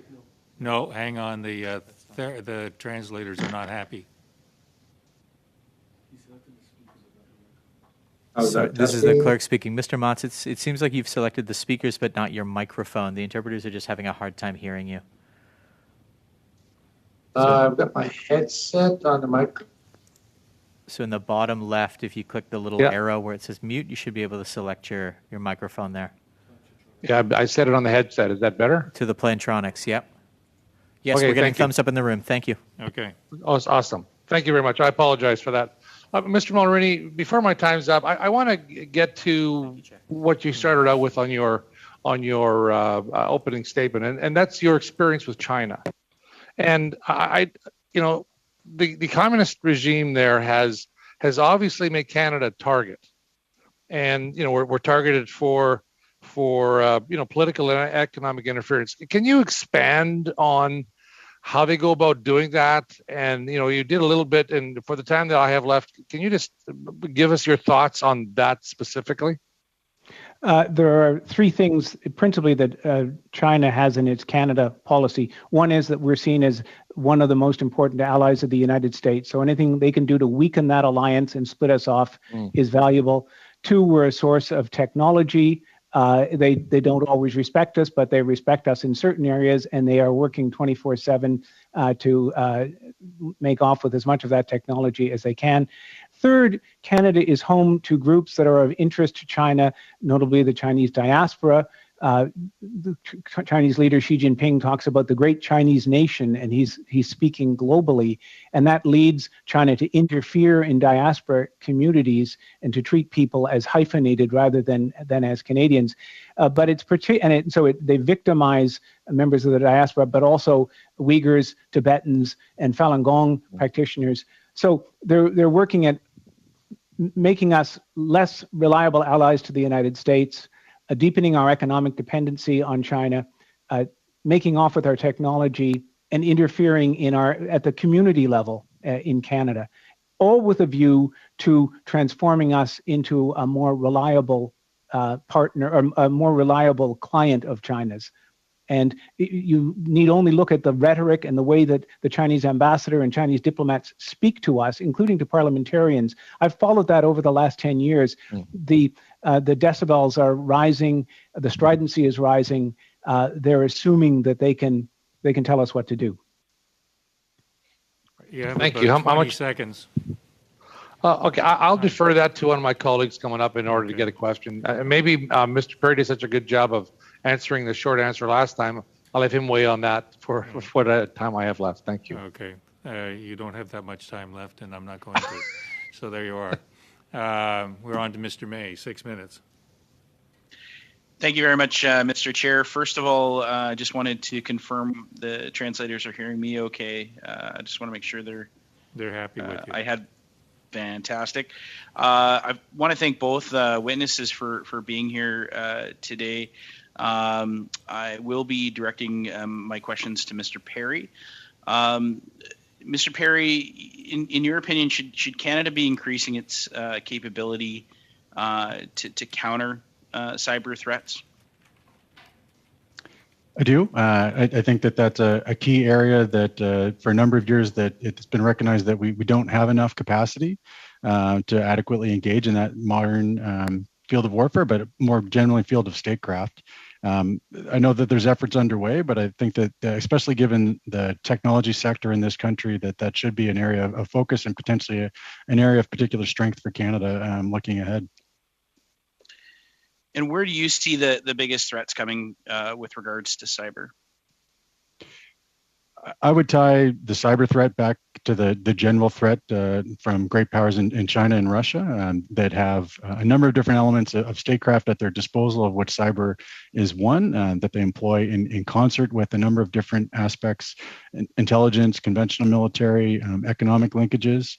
But increasingly, cyber is kind of the fabric that underpins much or all of that.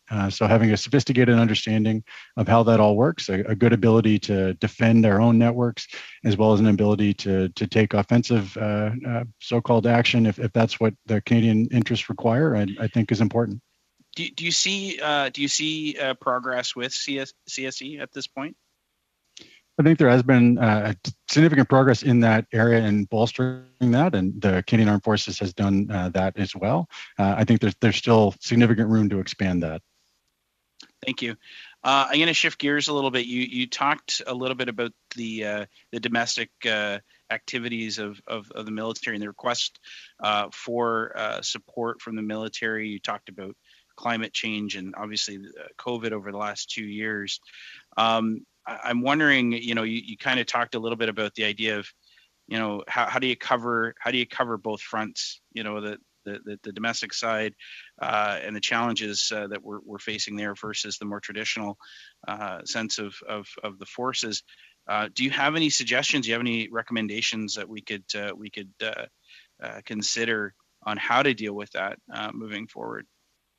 I think the key recommendation would be to decide or provide some suggestion about how much priority should be placed by Canada's military specifically at filling those functions, or whether or not there might be other bodies in the federal government or other levels of and types of support that could provide some of the assistance that we are increasingly calling on the military to do.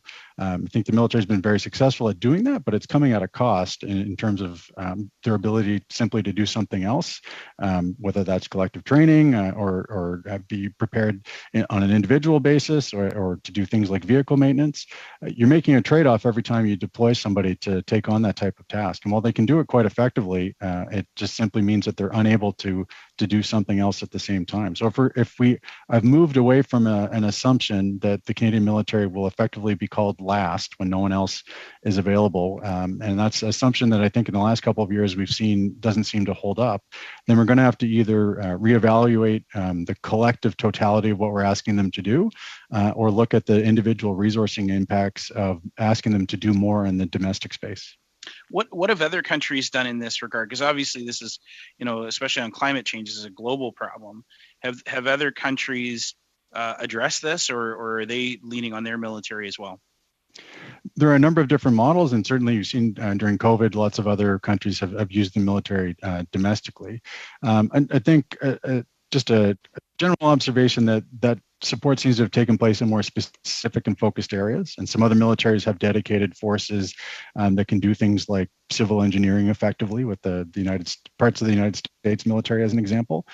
We have more of a general multi-purpose force approach, and the same people that we're asking to potentially deploy to Eastern Europe, some of them are potentially being asked to provide support at home. And they can do that, but if you're helping fight a forest fire or helping people in support of a flood, then you're less able to have the type of training to go overseas.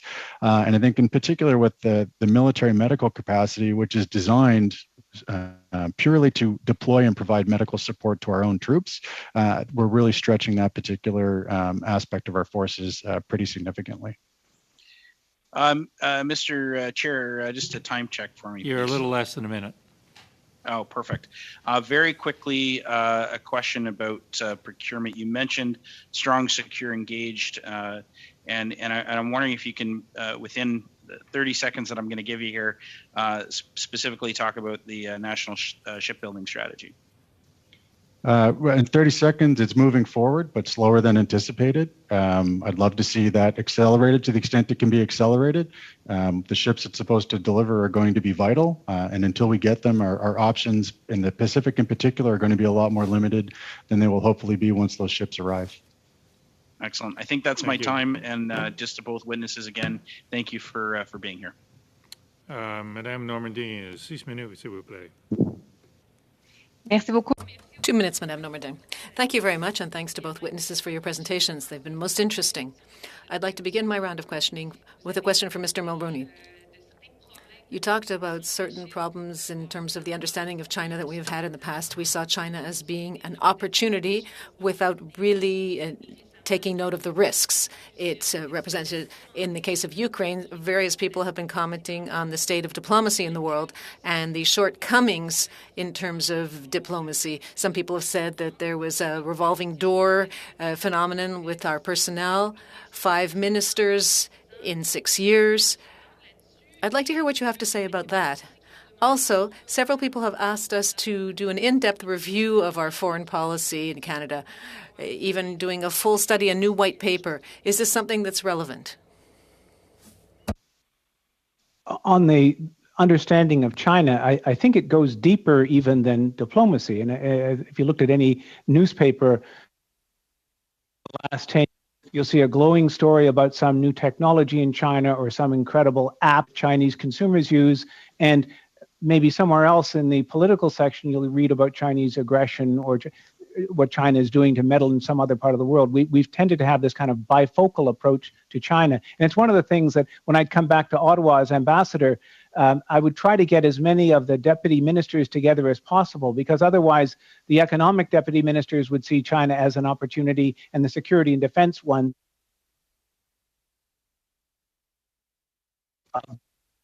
It's changing slowly, but I do think it is beginning to change, and I don't think it's too late, but it's happening. Alors peut-être une autre question à vous et Perhaps another question for you and for Mr. Berry as well, if he wishes to answer. We know China has such espionage capacities, but there are members of the Chinese military who have come to Canada for training. Was that an error? In other words, to train members of the Chinese military?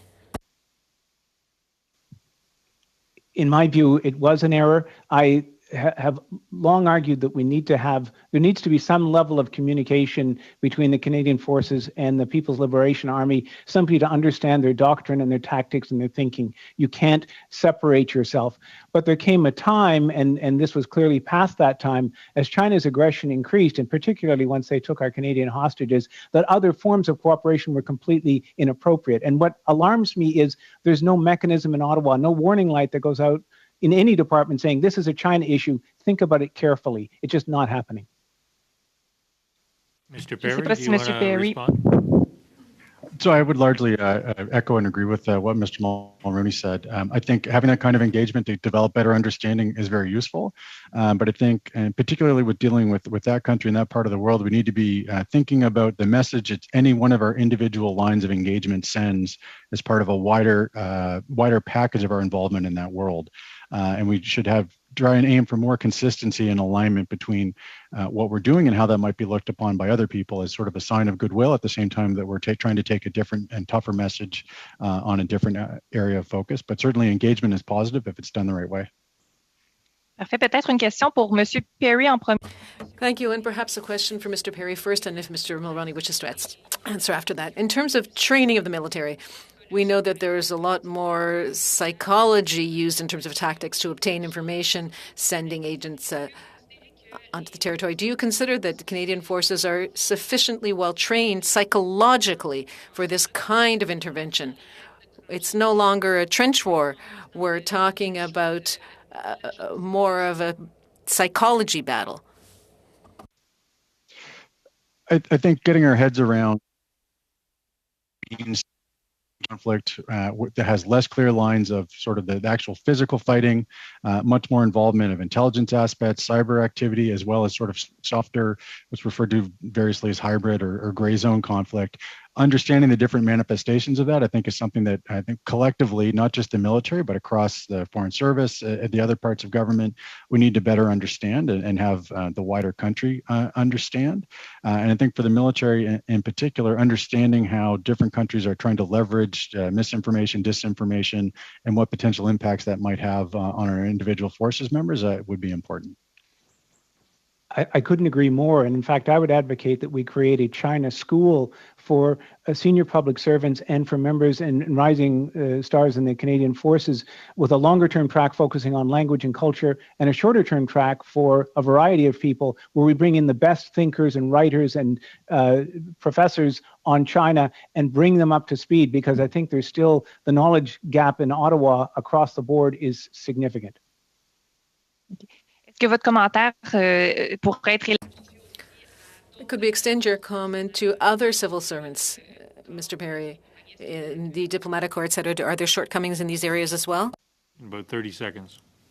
Yes, absolutely. And I think it's important to keep in mind that China, Russia, some other players don't just engage only in a defense context. They do so across economic realms and engagements on a personal basis.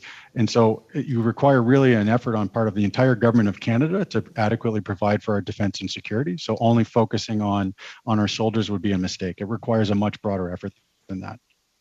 Thank you, Madame Normandin. Madame Matheson, 6 minutes, please. Thank you.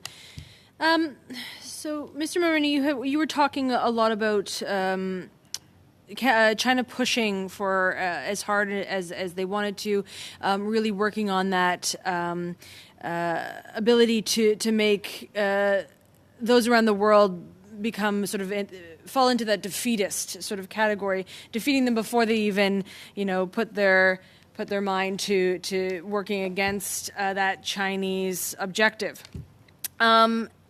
And I wanted to ask, so there was the recent example of Lithuania, where they tried to ally themselves with Taiwan, and they were entirely cut off. Canada is showing support, of course, of Taiwan in some ways. Certainly, I don't believe in all the ways that we could. But the HMCS Winnipeg, for example, going through the Taiwan Strait, what do acts like that show to China? Is there any? We've called for greater supports for those trying to flee Taiwan, activists, as well as those from Hong Kong. But what type of reaction would we get to further push on China? Do you think that they would do something as exacting as they did to Lithuania to Canada? And that's actually for both witnesses, if you could, please.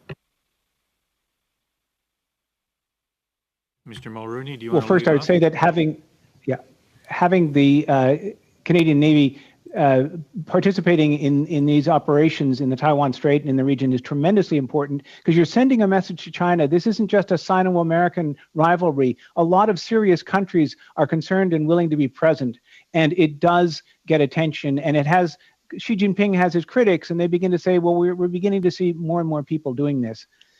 I had the privilege of being the de facto head of mission in Taiwan before I served in China. That's where I met Mr. McKay for the first time. He visited often with Canadian parliamentarians, which was very useful in itself. I remain convinced that we're not using all of the policy space we have to support Taiwan, to support its dynamic leader, Tsai Ing-wen.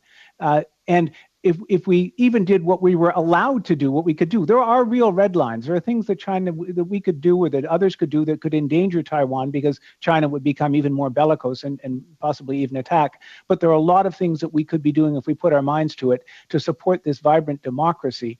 As to Lithuania, one of the things that's coming out is they haven't been totally brought to their knees by Chinese sanctions. Chinese citizens buy and sell often according to what they want to buy and where the price is best. We are too easily cowed by this. They've hit us on canola. We push back on canola. We're willing to go to take enormous steps on climate change. We should also think about our autonomy and sovereignty and put a price on saving that too. So I would start by saying that I think that we need to be very cognizant of the likely reaction. There's certain countries that when we do things that we know they don't like, they're going to react forcefully. And I think we need to be able to accept that and make a calculated decision that if things are in our interest, that we will do them and accept some potential downside. I think in specific reference to Taiwan and Hong Kong, I think it would be beneficial for Canada to be clearer and more consistent about identifying things like what are international waterways, and if we think that there's parts of the water space over there that are international and navigable, and Canada and any other country has a right to transit, that we shouldn't be as cautious about doing so as a way of indicating that despite what China says, it doesn't actually own certain pieces of real estate on the ocean. And in doing that, I think that we can help reinforce international safe usage for other people in concert with some of our key allies. I worry that at times we've been overcautious in what some people have been concerned about provoking China, which looked at a different way would simply be reasserting our rights on the open seaways. You spoke about those policy spaces that Canada could occupy, Mr. Mulroney, without stepping over the red line. Could you expand on that, please? Well, one obviously is trade and economic development, and that's Taiwan they're tough negotiators, but there are lots of opportunities. When I was there, we had a very vibrant cultural program. We had artists coming from across Canada sharing Canadian ideas. We had a very big program on Indigenous cooperation. The new government in Taiwan was rediscovering the fact that there's an Indigenous, very vibrant Indigenous culture in Taiwan that had been ignored, and we brought groups from Canada and Taiwan together. And there's also a huge people-to-people dimension. There are a lot of people of Taiwanese origin. So there are all kinds of things that we should be doing with Taiwan, and we would do with Taiwan if it were seen as any other place. It's just that we have self-censored, and this is the effect that I spoke of earlier. China gets you, they so intimidate you that they get you to stop well before any red lines that they might have.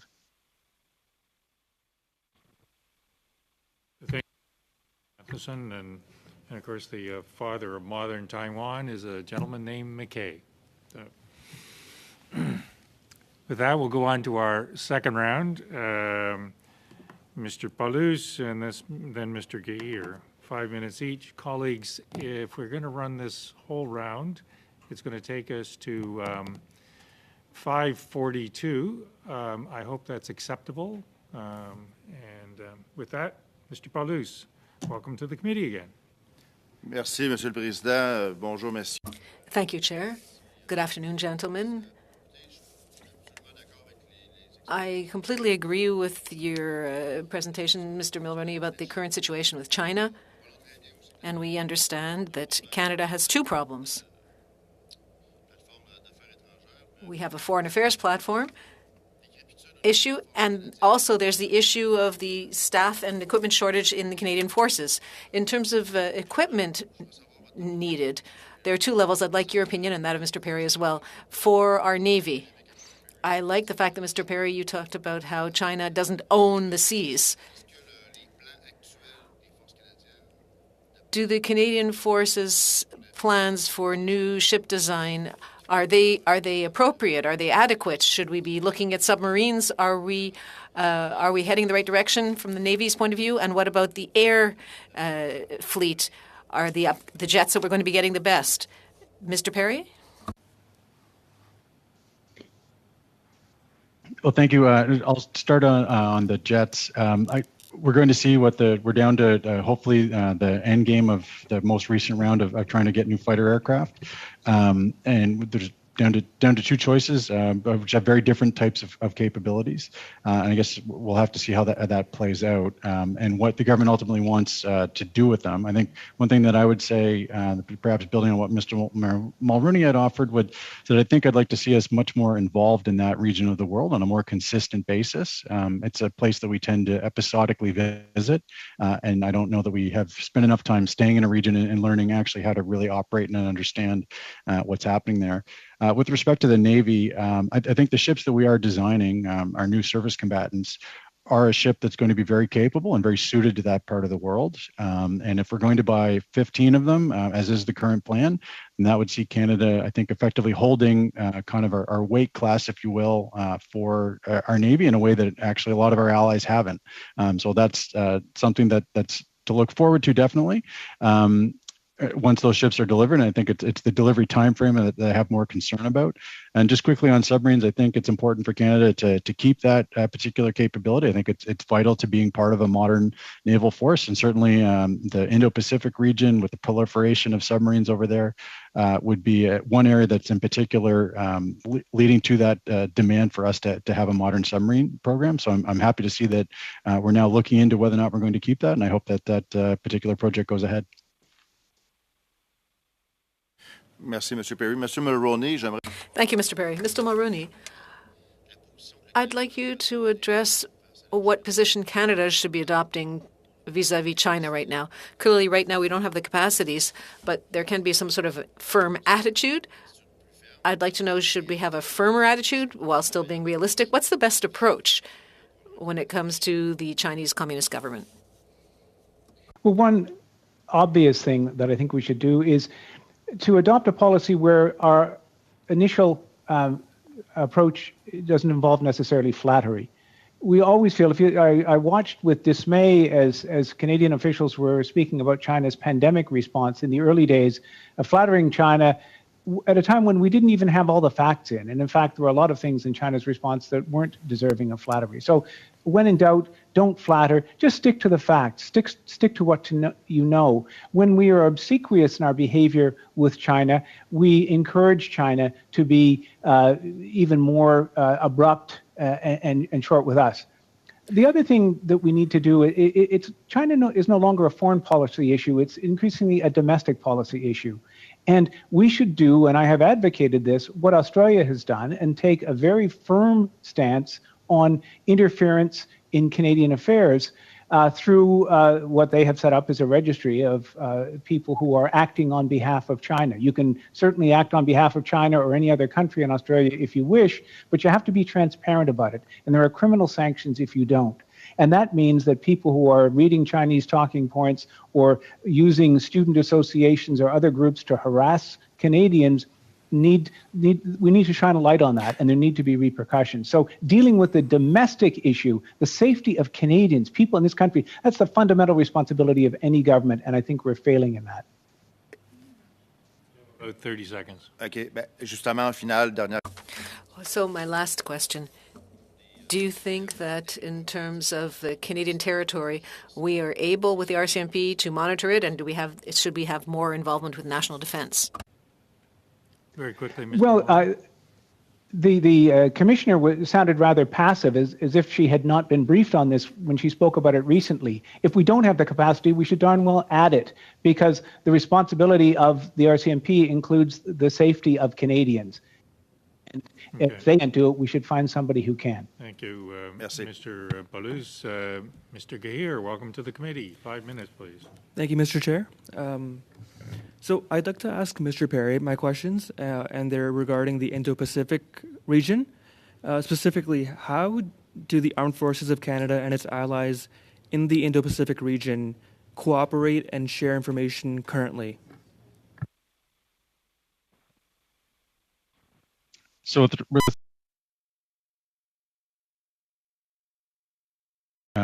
relationships with some of our Five Eyes partners, two of them in particular that have permanent presence there.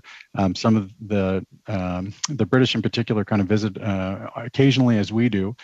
That's a relationship to bolster, but I think that there's a lot of room to expand on the relationships that we've established with some of the other partners in the region. Japan, South Korea, and look to broaden that out. I think what we lack in that particular area of the world that we benefit from elsewhere in Europe is sort of a standing, formalized, regular, institutionalized set of arrangements that we can reliably go back to, and whenever we're working an arrangement. In the absence of that type of formal structure, that increases I think the value of us actually just simply spending more time in the region, deploying there more often, establishing those relationships, setting up mechanisms, and then actually trying to use them in a peacetime and a training environment so that we could call upon them if we really needed to later. No, thank you. So you mentioned mechanisms. Could you elaborate a little bit more on that? What would the mechanisms look like? With what partners would they be with? So things like defense cooperation agreements, understandings about different types of intelligence or logistics support and sharing. So I think some of the most logical partners would be Japan and South Korea. There's a number of other countries that we could look to potentially establish more deeper and more meaningful relationships. Singapore, Malaysia, potentially Vietnam come to mind. We already have a lot of those linkages with Australia. I think it's worth also exploring what we could potentially gain by partnering more closely with the French, who have presence and assets in a different part of the region, but certainly more so than we do. But be more intentional, be more strategic long term about thinking what's really in Canada's interest. To me, that would start with better understanding of what's actually happening there on a more consistent basis, and then try and establish arrangements with other like-minded countries to try and support what we want to do ourselves. Great. So how can Canada continue to respond to emerging threats in conjunction with these other nations, threats from the Indo-Pacific? I guess you could look at that in two different veins. One is what we could do 5-10 years down the road when more of the modernization that's underway right now goes through, and that will open up a number of other options. We're going to have more modern, more capable warships, more modern, more capable fighter aircraft, surveillance assets of various different types. I think in the short term, unfortunately for Canada, given where we are in our reinvestment, recapitalization process with our armed forces, we're actually entering in a period where we're probably going to have less ability to be meaningfully engaged on a sustained basis. one of the key ways of which we've done so in the last 10 years, our frigates are getting increasingly old. Some of them are approaching 30 years old, which means they're going to be less available to send that long distance consistently. I think what we could try and do, though, is look for innovative ways to send people if we can't send ships, to do rotations where that's possible, and look to get more people on the ground physically in as many places that we can afford to. Great, thank you. Just on time, I think. We've actually got a minute and a half. You might actually direct that last question to Mr. Mulroney, who not only is the representative in Taiwan, and not only was an ambassador in China, but also had some work in Afghanistan, and I'm sure he's got an opinion. Yeah, Mr. Mulroney. Sure. I felt a sense of nostalgia as Mr. Perry was answering that question, because I remember seeing HMCS Regina, then one of our new Canadian patrol frigates, make its maiden voyage to Hong Kong, and I organized its program in Malaysia with the Royal Malaysian Navy. And our rhetoric at the time was, we've got these new vessels, we're going to be present in the Pacific, we're going to be present in Southeast Asia. The Malaysians were tremendously impressed by that, because they liked the technology, they liked the Canadian approach, and it didn't tie them into systems from a superpower, but from a like-minded partner. And the Canadian forces, the Canadian Navy, were fantastic in terms of the program they put on, not just for the Royal Malaysian Navy, but for Malaysian charities. They did a lot of, they got us more goodwill in a week than we could have gotten in 6 months. But we didn't follow up. So our history is replete with Canadian objectives. Canada is back. It's almost, I think, a drinking game in some parts of the world, where how many times will the Canadians say that? So what we've got to do above all is to sustain our commitment, to build in long-term capacity. Ottawa is full of South Asia strategies, America's strategies, Africa strategies, and they change. If they last a year, sometimes we're lucky. So sticking to it, getting to know. Okay, I like that idea of the drinking game. Madame Normandine, minute or 2.5 minutes, please. Madame Normandin, vous avez 2 minutes et demie. Thank you very much. I'd like to piggyback on the questions that my colleague Mr. Polis asked Mr. Perry, more specifically about the fighter jets. I would like you to go into more details. One of the risks that we're hearing about, or one of the issues, is that with the choice that seems to be heading towards Lockheed Martin, there would be a loss of intellectual property, because a large portion of maintenance is being done in the U.S., and there won't be as much ability to do technological adaptation with that model. I'd like to hear from you, generally speaking, about the importance of controlling technology within the forces to be able to adapt it to the needs of the armed forces. So I think the fundamental issue is that we're buying an airplane that is effectively wings and a jet engine wrapped around a supercomputer that has missiles and can do other things. So it's really about the software and the technical, the computing power, the ability to bring together information that will make either of the different aircraft that we can potentially buy effectively work.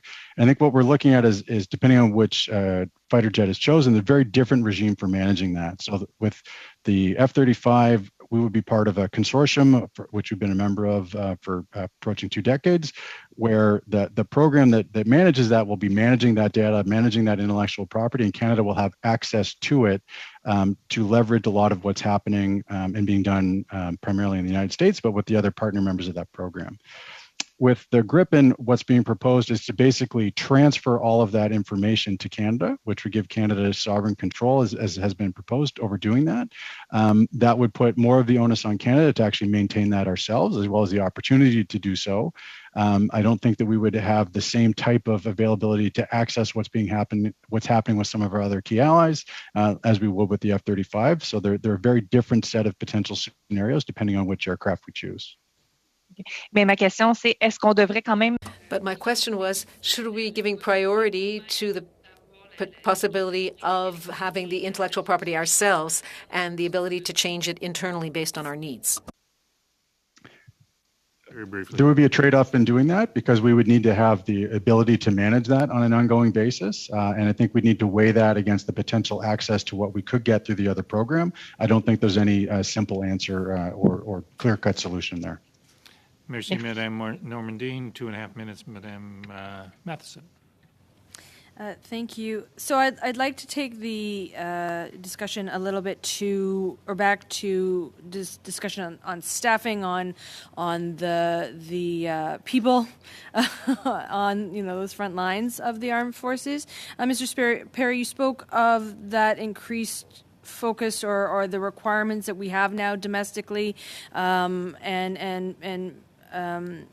of course, the pressures of that will only continue to increase as we experience a great deal more climate change and that potential continuation, of course, of COVID due to our unwillingness to contribute to that global fight, as I see it. So what's the answer to that? What would you recommend in terms of that increase to the Canadian Armed Forces of retention, recruitment, and to help with that internal crisis that we're seeing? So there's a couple ways to look at it. I mean, I guess if we're talking about keeping the same sets of roles and not increasing the size of the force, then we're going to have to make some trade-offs because we will be less able to do other things. I think in part with the personnel piece, if we're going to have people spending more time doing that, then we might want to think about giving them some specific and dedicated training rather than having them take on some of these functions as sort of a ostensibly unplanned for but regularly anticipated function, which kind of seems to be what the other point of view would be. If you're going to be recruiting people and giving them the impression that they're going to be doing a certain set of activities, deploying to Latvia or to Iraq, and they end up spending a lot more of their time at home fighting fires or responding to floods, you want to make sure that that's what they understand is actually going to happen. I think what would be unhelpful is to have people's expectations for what they're joining the military to do be misaligned with what we're actually then sending them out to actually do in real life. You have 30 seconds. That's all right. Thank you. Yeah. Okay, thank you. Madame Galland, 5 minutes, s'il vous plaît. Thank you, Mr. Chair, and through you. Now, Mr. Mulrooney stated the need to expand expeditionary forces, whereas Dr. Perry says we must decide if we want military to be a domestic responder or a defensive kinetic force. So should Canada be considering preserving our weapons-trained military to combat military aggression abroad, thereby upholding our collective defense operations and agreements, but also stand up a National Guard to augment civilian first responders, frontliners, and a Corps of Engineers to be monitoring the critical physical infrastructure conditions of dikes and seawalls, and to be able to rapidly deploy to major disasters? And that question is to both our witnesses. I'll just quickly say that I think that there's a lot of merit in looking carefully at that type of a model. That would obviously require additional resources, people, specific training. But if we want to basically keep, and I think the focus has to always remain on that type of operational warfighting that you described, we're not going to ever look at other public servants to deploy abroad and do those types of things in the same way that I think the Canadian military has become de facto the only federal supply of easily deployable human labor to do a lot of different tasks, and they also come with a command and control structure and mobility and a bunch of other aspects. But some of the things that we're asking them to do domestically could be done by some construction companies, as an example, on a standing offer basis. We've seen the use of the Red Cross to do some of the pandemic response. There's other aspects of that I'm not convinced that we necessarily need the military specifically to do, rather than having other kinds of arrangements set in place to allow the military to focus on the other tasks, which we can't ask anybody else to do. And I would simply, just to say about those other tasks, they're not purely altruistic. If Taiwan were to fall to China, the security picture in East Asia would change overnight, and we'd see the U.S. have to pull back, and we might see a nuclear-armed Japan as a result. So we'd see the reverberations are felt in Canada And it also just remind the committee that China has very, very specific ideas about its role both in the Antarctic and in the Arctic. And we need to think about that. And that requires some capability. We don't have to do all the job, but not doing any of it means that we have no say in how the job gets done. Okay, so that leads into my second question. And should China take over Taiwan, how would the threat analysis change for Canada? And given our submarine fleet, which I don't believe has increased since the last time both of you were witnesses here, how ready are we in terms of the Arctic? Just on the Taiwan scenario, I mean, I think what would happen first is a global reaction that would cripple the global economy. China would do that if it felt that it was in danger of losing Taiwan. So there'd be an immense economic chaos, but it would also, China thinks in terms of island chains, it would push the US Navy out of the Western Pacific, out into the mid-Pacific, and make it much more difficult to have influence and to do business in a part of the world that is very important to us. And as I said at the outset, has tens of thousands of Canadians. We talk about a couple of 100,000 in Hong Kong. So the implications for us are significant. And I'll turn over to Mr. Perry. So just to focus on the Arctic, I'd say in the last about decade and a half, a little bit more than that, we've seen some incremental enhancements to our ability to operate in the Arctic. Certainly the new Arctic offshore patrol ship that we have that did a transit this summer is giving us more ability to be more present there more of the time. But I think we absolutely need to move forward on a range of other initiatives that have been hanging up for a while. New icebreakers to give us more of an ability to be there year-round, better surveillance, and I think importantly now in the context of looking at threats from Russia and China in concert with the United States, modernizing the defense of the continent, including but not just limited through the modernization of NORAD. Part of that would look at renewing our submarine fleet, which is about to basically time out. And I worry that unless we really get moving on a new project, we won't have new submarines available before we have to unfortunately retire the ones we have now. And defending all three of our oceans, I think against modern naval threats would require us to have new submarines. Thank you. Just if I may jump in at the very end, one comment on the Arctic, and as to my comment about flattering first, I remember at a meeting of the Arctic Council a couple of years ago, the Canadian minister present told the Chinese that he warmly welcomed their interest and presence in the Arctic. We didn't need to say that. It wouldn't be rude necessarily to sit on our hands and think, but to welcome China sends a message of Canadian intent that is, I think, different than one that's in our interests. Thank you. Mr. Fisher, you have the final 5 minutes, and if you're running out of questions, the chair also has questions. Thank you, Mr. Chair. I wasn't really aware that I had the next question, but I'm glad that I did get the opportunity. First of all, hello to David. Nice to see you, Doctor, after a long time. As I said earlier, it's great to be back on this committee. And Mr. Mulrooney, thank you very much for your testimony. I spent a lot of time at NATO meetings as part of the NATO Parliamentary Assembly on the executive. And every time I went to those meetings to a country, everyone I spoke to, or everyone that spoke in front of the gathering of NATO representatives, talked about Canada's role in NATO and how we punched above our weight class. So we talked about Five Eyes. We've talked about all kinds of things today, but with regards to NATO, and Canada's contribution, how does that advance our country's defense and foreign policy interests? I'll go to David, but Mr. Mulrooney, for sure, I'd love to hear your opinion as well.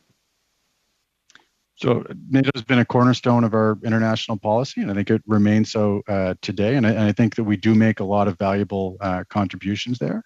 I guess to tie into some of the previous conversation, I do worry that we've put so many of our eggs in that particular basket We have a lot of positions there, a lot of staff. We have the regular meetings there, and there's other places in the world where Canada has interest. And I'd look to the Indo-Pacific region in particular as an area where I'd like to see Canada put that type of sustained regular investment of people, of time, of presence that we do put into Europe. And not to discount what we get from NATO, because that's very valuable to Canada's defense and security, but looking for that level of commitment and engagement elsewhere, I think would benefit the country.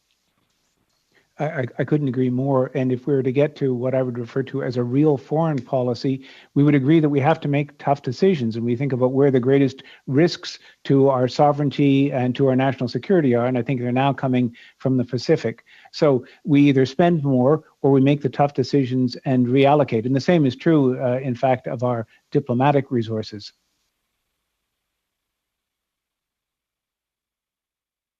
Sorry, I muted myself there, Mr. Mulroney, because I thought you were going to have much more to say on that. But how is our role in NATO likely to evolve? As we continue engagement in Europe for enhanced forward presence in Eastern Europe. That's not really my area. I focus on Asia, but I think it's becoming more virtual than actual. And I think what we need to do, and I see this more from a Canadian perspective, is see a realignment of our resources, including our Navy, and continuing realignment to the Pacific, acknowledging that there are many players in Europe who can do, should be doing, Germany included, heavy lifting in NATO and in crises in Europe, not as many in the Pacific. Although I think we've recently welcomed the presence of the Royal Navy, the French Navy, and but I think this Pacific shift that we talked about for 3 decades, we need to begin in earnest. David? So I would just say, I think what we could look to in the future is to have a more balanced type of engagement. I think we put a lot of emphasis, for good reason, on, if you just take the case of Ukraine, we're a lot of focus on the Russian tanks and artillery. I think we should be looking to put almost as much emphasis on what NATO as a collective alliance and what its adversaries are doing in the cyber domain, what it's doing from an intelligence standpoint, economic involvement, economic linkages, and some of those other activities, which I think are just as important to providing for the security of all the members of NATO as paying attention to the tanks and artillery. Thank you very much, gentlemen. Mr. Chair, that's all I've got. I'm not sure if there's any time left, but if there's another Liberal that wants to poke something else there. Well, this Liberal will take the prerogative of the chair and perfect and direct this to Mr. Mulroney. Mr. Mulroney, you've had an outstanding career in Taiwan, in China, with Afghanistan.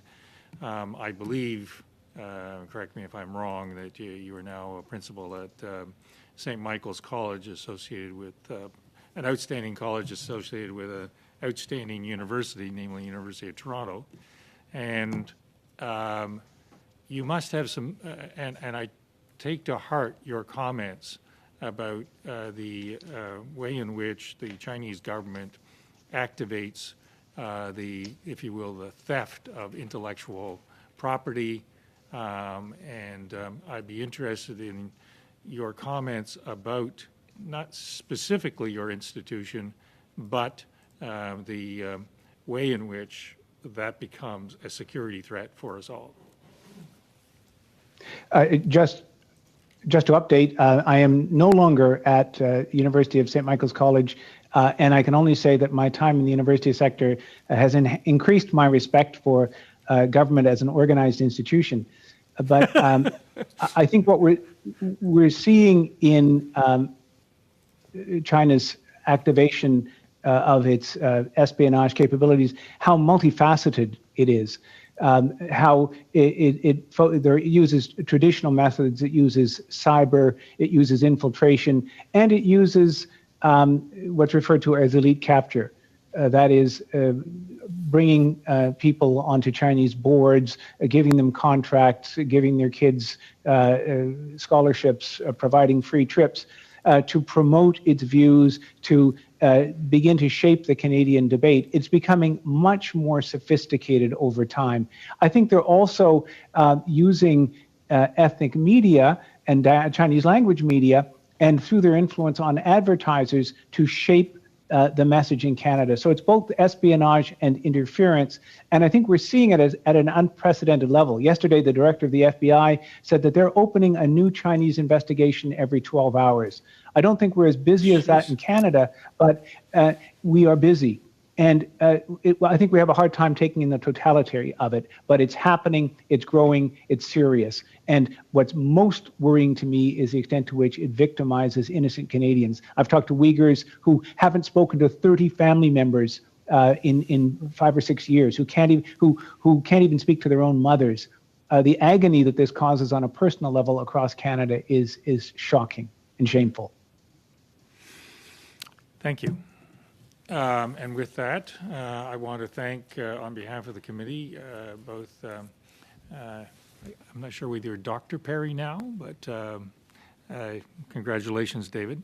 Dr. Perry and Dr. Mulroney, Your Excellency, David Mulroney.